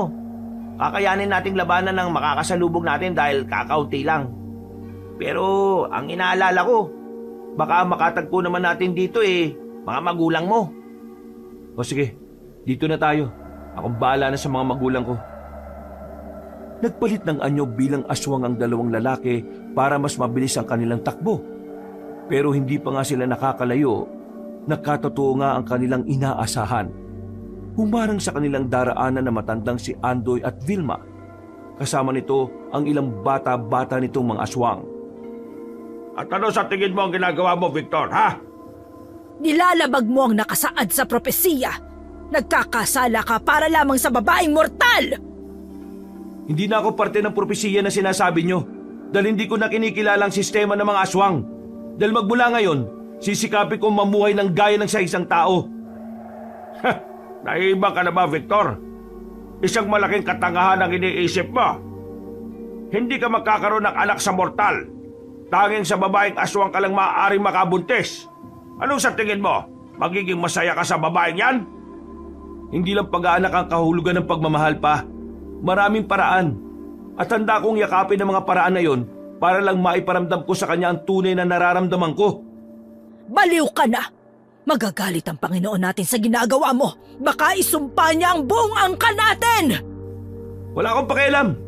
Dahil ang nasa isip ko lang ngayon, makatakas sa bulok na pamumuhay natin. Pa, ma, sawang-sawa na ako maging aswang. Hindi ko na kayang nararanasan ko. Ayaw ko nang mabuhay bilang aswang habang may mga pinapatay kayong mga tao para lang makausad tayong lahat. Alam mo naman na ang mga taong pagkain natin. Wala namang pinagkaiba yun sa hayop naman ang kinakain nila. Pero hindi hayop ang mga tao. Victor! Hindi niyo ako mapapakinabangan. Kung gusto niyo akong pigilan, sige. Pero hindi ako sasama sa inyo ng buhay. Huwag mo akong sinusubukan, Victor. Tulad mo, kaya ko rin magkasala sa Panginoon para lang itama ang mga mali mong desisyon. Sige na, magpakasal ka na kay Mona Lisa. Para naman ito sa ating lahat. Ano bang gusto mo? Patakasin ang babaeng yan. Sige, hindi na namin sila guguluhin. Basta magpakasal ka lang kay... Kahit na anong sabihin niyo, hindi na magbabago ang isip ko. Kung ganon, wala akong magagawa. Kailangan kong magkasala upang hindi mo masira ang pangalan ng angkan natin. Mahal na Panginoon, patawad kung hindi na magyayari ang propesiya. Kailangan ko siyang burahin sa ngalan ng kapayapaan ng mga aswang. Isa siyang malaking banta para sa lahat. Maya-maya lang, pumwesto na ang bataan ni Mang Andoy. Pumorma na rin ang lalaking si Victor. Crisanto, ikaw na munang bahala sa kanila. Paano ka? Kayang-kaya ko na itong mga to. Victor! Huwag kang mag-alala. Magiging okay din ang lahat. Kuya Victor, galingan niyo po. Turuan mo po ng leksyon ng masasamang aswang. Hoy! Batang uhugin! Manahimik ka dyan! Boboses ka pa eh! Mga ilang sandali lang ay bigla na lamang umatake ang mga aswang kay Victor. Mabilis namang nakapagpalit ng anyo ang binata. Agad nitong kinalaban ng mga tauhan ng kanyang ama. At dahil may alam naman sa pakikipaglaban si Victor, makikita ang kalamangan niya. Nagagawa niya makatama at mapabagsak ang iba kahit na nag-iisa lamang siya. Nakalimutan niyo yatang ako ang numero 1 mabangis sa hanay ng mga binata. Isang malaking pagkakamali na itinapat niyo sa akin ng mga mahihinang nilalang na ito. Napatay agad ni Victor ang mga kalaban niya. Kaya naman wala nang magagawa matandang si Andoy kundi siya na mismo ang humarap sa sariling anak. Victor naman kasi, makinig ka na. Naku, mamamatay ka sa ama mo. Mas pipiliin ko pang mamatay na kaysa sumunod sa sistemang bulok. Magsisisi ka na hindi ka nakinig sa mga magulang mo. Magsisisi ka na mas pinili mo ang isang tao kaysa sa sarili mong angkan. Nagbago na ng anyo ang matandang aswang. Umatake ito kay Victor. Sa unang atake, naramdaman agad ng binata ang lakas ng kanyang ama. Samantala, habang pinapanood ni Susan ang mga nangyayari, hindi niya maiwasang hindi mag-alala. Kitang-kita nila kung papaanong nahihirapan si Victor na kalabanin ng kanyang ama. Isang malakas na suntok pa ang tinanggap ni Victor. Tumalsik siya sa harapan ng kanyang ina. Hindi pa nakontento ang matandang si Andoy, dumukot ito ng kutsilyo sa tagiliran. At habang hindi pa nakaka-recover si Victor, pinukol ni Mang Andoy ang kutsilyo sa direksyon ng binata. Mamamatay ka, suwail ka! Buong akala ng lahat ay katapusan na ni Victor, pero nagawang makailag ng binata. At dahil sa ginawa niyang yon, kay Aling Vilma tumama ang kutsilyo. Tinamaan ang matandang babae sa kaliwang dibdib, dahilan para agad naman itong mamatay. Lalong nang galaiti si Mang Andoy. Isinisisi nito kay Victor ang pagkamatay ng kanyang asawa. Kasalanan mo kung bakit namatay si Vilma! Ikaw ang pumatay sa kanya! Dahil ikaw ang pumukol ng kutsilyo na yon. Umilag lang ako. Mas lalong humaba ang mga kuko ni Mang Andoy. Hindi na ito nagsayang pa ng oras para itong mabangis na leon na lumusob kay Victor. Pinagkakakalmot na matanda si Victor. Sugatan ang braso ng binata dahil yun ang naging pansalag nito. Parang nawala na sa sarili ang matandang lalaki. Umaatake na lamang ito ng umaatake nang hindi na nag-iisip. Nilalamon na ito ng matinding emosyon. Kasalanan mo ang lahat ng ito! Kasalanan mo kung bakit nagkakagulong ang angkan natin! Huwag mong isisi sa akin ang kamalasan ng angkan natin. Dahil ang lahat ng kamalasan natin ay nag-ugat sa mga mali niyong paniniwala. Huwag ka na magdahilan pa! Buwisit ka! Wala kang utang na loob! Nagmamadaling makalapit si Mang Andoy kay Victor. Kinalmot nito ang binata pero nagawa nito makailang. Nang makakuha ng tamang pagkakataon, agad nitong kinalmot si Mang Andoy sa tagiliran. Dahilan para mapatras ito. Tumagas ang maraming dugo mula sa matanda. Magbabayaran kita sa mga ginawa mo! Papatay kita! Papatay kita! Sa muling paglusob ni Mang Andoy, nakakita na ng tamang pagkakataon si Victor. Hinintay na muna niyang mapadikit siya sa kanyang ama. Sa kanya itinarak ang nadampot niyang kutsilyo. Tinamaan si Mang Andoy sa tagiliran. Parang mawawala na ito ng balanse nang hugutin niya ang kutsilyo. Paano mo ito nagawa sa mga magulang mo, Victor? Wala kang kwentang anak! Wala rin kayong kwenta mga magulang. Puro karasan lang ang gusto niyong gawin sa mga tao. Dahil ang mga tao, nabubuhay lang para mas maging mababa sa atin. Nagkakamali ka kung iisipin mong ituturing ka nilang kagaya nila. Dahil kahit na lubuha ka ng dugo, hindi ka makakapamuhay ng gaya ng isang normal na tao. Papatunayan ko sa iyo na posibleng mamuhay ng normal. Papatunayan ko sa iyo mali kayo at tama ako. Sana nga mali kami at tama ka. Kasi kung hindi, habang buhay ka nang magsisisi. Napalood na ang kaliwang tuhod ng matandang lalaki. Ilang sandali lang, tuluyan na nga itong nalagutan ng hininga. Binitiwan ni Victor ang kutsilyo at napaupo na lang din. Naiyak na lang din siya. Hindi dahil nagsisisi siya sa ginawa niya, kundi dahil hindi niya inakala na aabot sila sa puntong ganon. Natapos ang labanan sa pagitan ng mga aswang at ng mga armadong lalaki. Walang natira. Lahat ay namatay. Nang balikan nila ang baryo, nakita nila si Dante at Don Facundo na magkatabi. Parehong wala ng buhay ang mag-ama. Pero si Dante, nakangiti itong namatay. Tila hindi ito nagsisising isinugal ang buhay para kina Susan. Makalipas ang ilang araw, nailibing na rin ang bangkay ng mag-ama. Pagkatapos noon, bumalik na sila sa bahay ni Crisanto. Pansamantala na muna silang nanirahan doon habang sinisiguro pa nila na wala na ng mga masasamang aswang. Mama, ano po bang nangyari nun? Tinakpan niyo po kasi ang mata at tenga ko eh. Anak, hindi mo na kailangang malaman. Ang mahalaga ngayon, nasa ligtas na kalagayan na tayo. Eh, nasan po si Kuya Victor at Kuya Crisanto? Pauwi na rin sila. Meron lang silang inasikaso. Mama, dito na po tayo titira? Gusto ko na po kasi rito eh. Tahimik po at wala pong mga maiingay. Wala pong mga mang-aaway sa inyo rito. Anak, hindi sa atin ang bahay na to. Aalis din tayo rito kapag maayos na ang lahat. Babalik tayo sa bahay natin. Bakit naman kayo aalis dito? Pwede naman kayo rito kahit kailan nyo gusto eh. Napalingon na mag-ina sa pintuan. Naroon si Victor at Crisanto. Kararating lang ng dalawa. May mga dala pa nga itong pagkain. Wala na ang buong angkan ko. Ang angkan naman nila Mona Lisa, nakausap ko na. Pumayag sila na hindi na ituloy ang kasal. Hindi naman kasi parte ng tradisyon nila na maniwala sa propesiya namin. Susan, tapos na ang gulo. Tapos na ang kasamaan ng angkan ko. Patawad kasi nadamay kayo. Nagulo ang tahimik niyong buhay. Kalimutan na natin yan. Ang gusto ko, magsimula ng panibagong buhay. Bagong kabanata na kasama kayo. Ang mahalaga, makakapamuhay na tayo ng mapayapa. Kuya Victor, maraming salamat po sa inyo. Kuya Crisanto, maraming salamat din po sa inyo. Idol ko po kayong dalawa. Sobrang gagaling niyo po. Sus, nambola pa talaga tong batang to. Natawa na lamang sila sa sinabi ng batang si Ana. Magmula noon, masaya na silang namuhay na magkakasama. Wala na silang pakialam kung makakaiba sila ng uri dahil ang mahalaga naman kay Susan ay ang kabutihan sa puso. Makalipas lang ang ilang buwan, naging magkasintahan na nga si Susan at Victor. Hindi man sila magkaanak, magiging masaya pa rin ang dalawa dahil magkasama nilang haharapin ang lahat ng hamon ng buhay.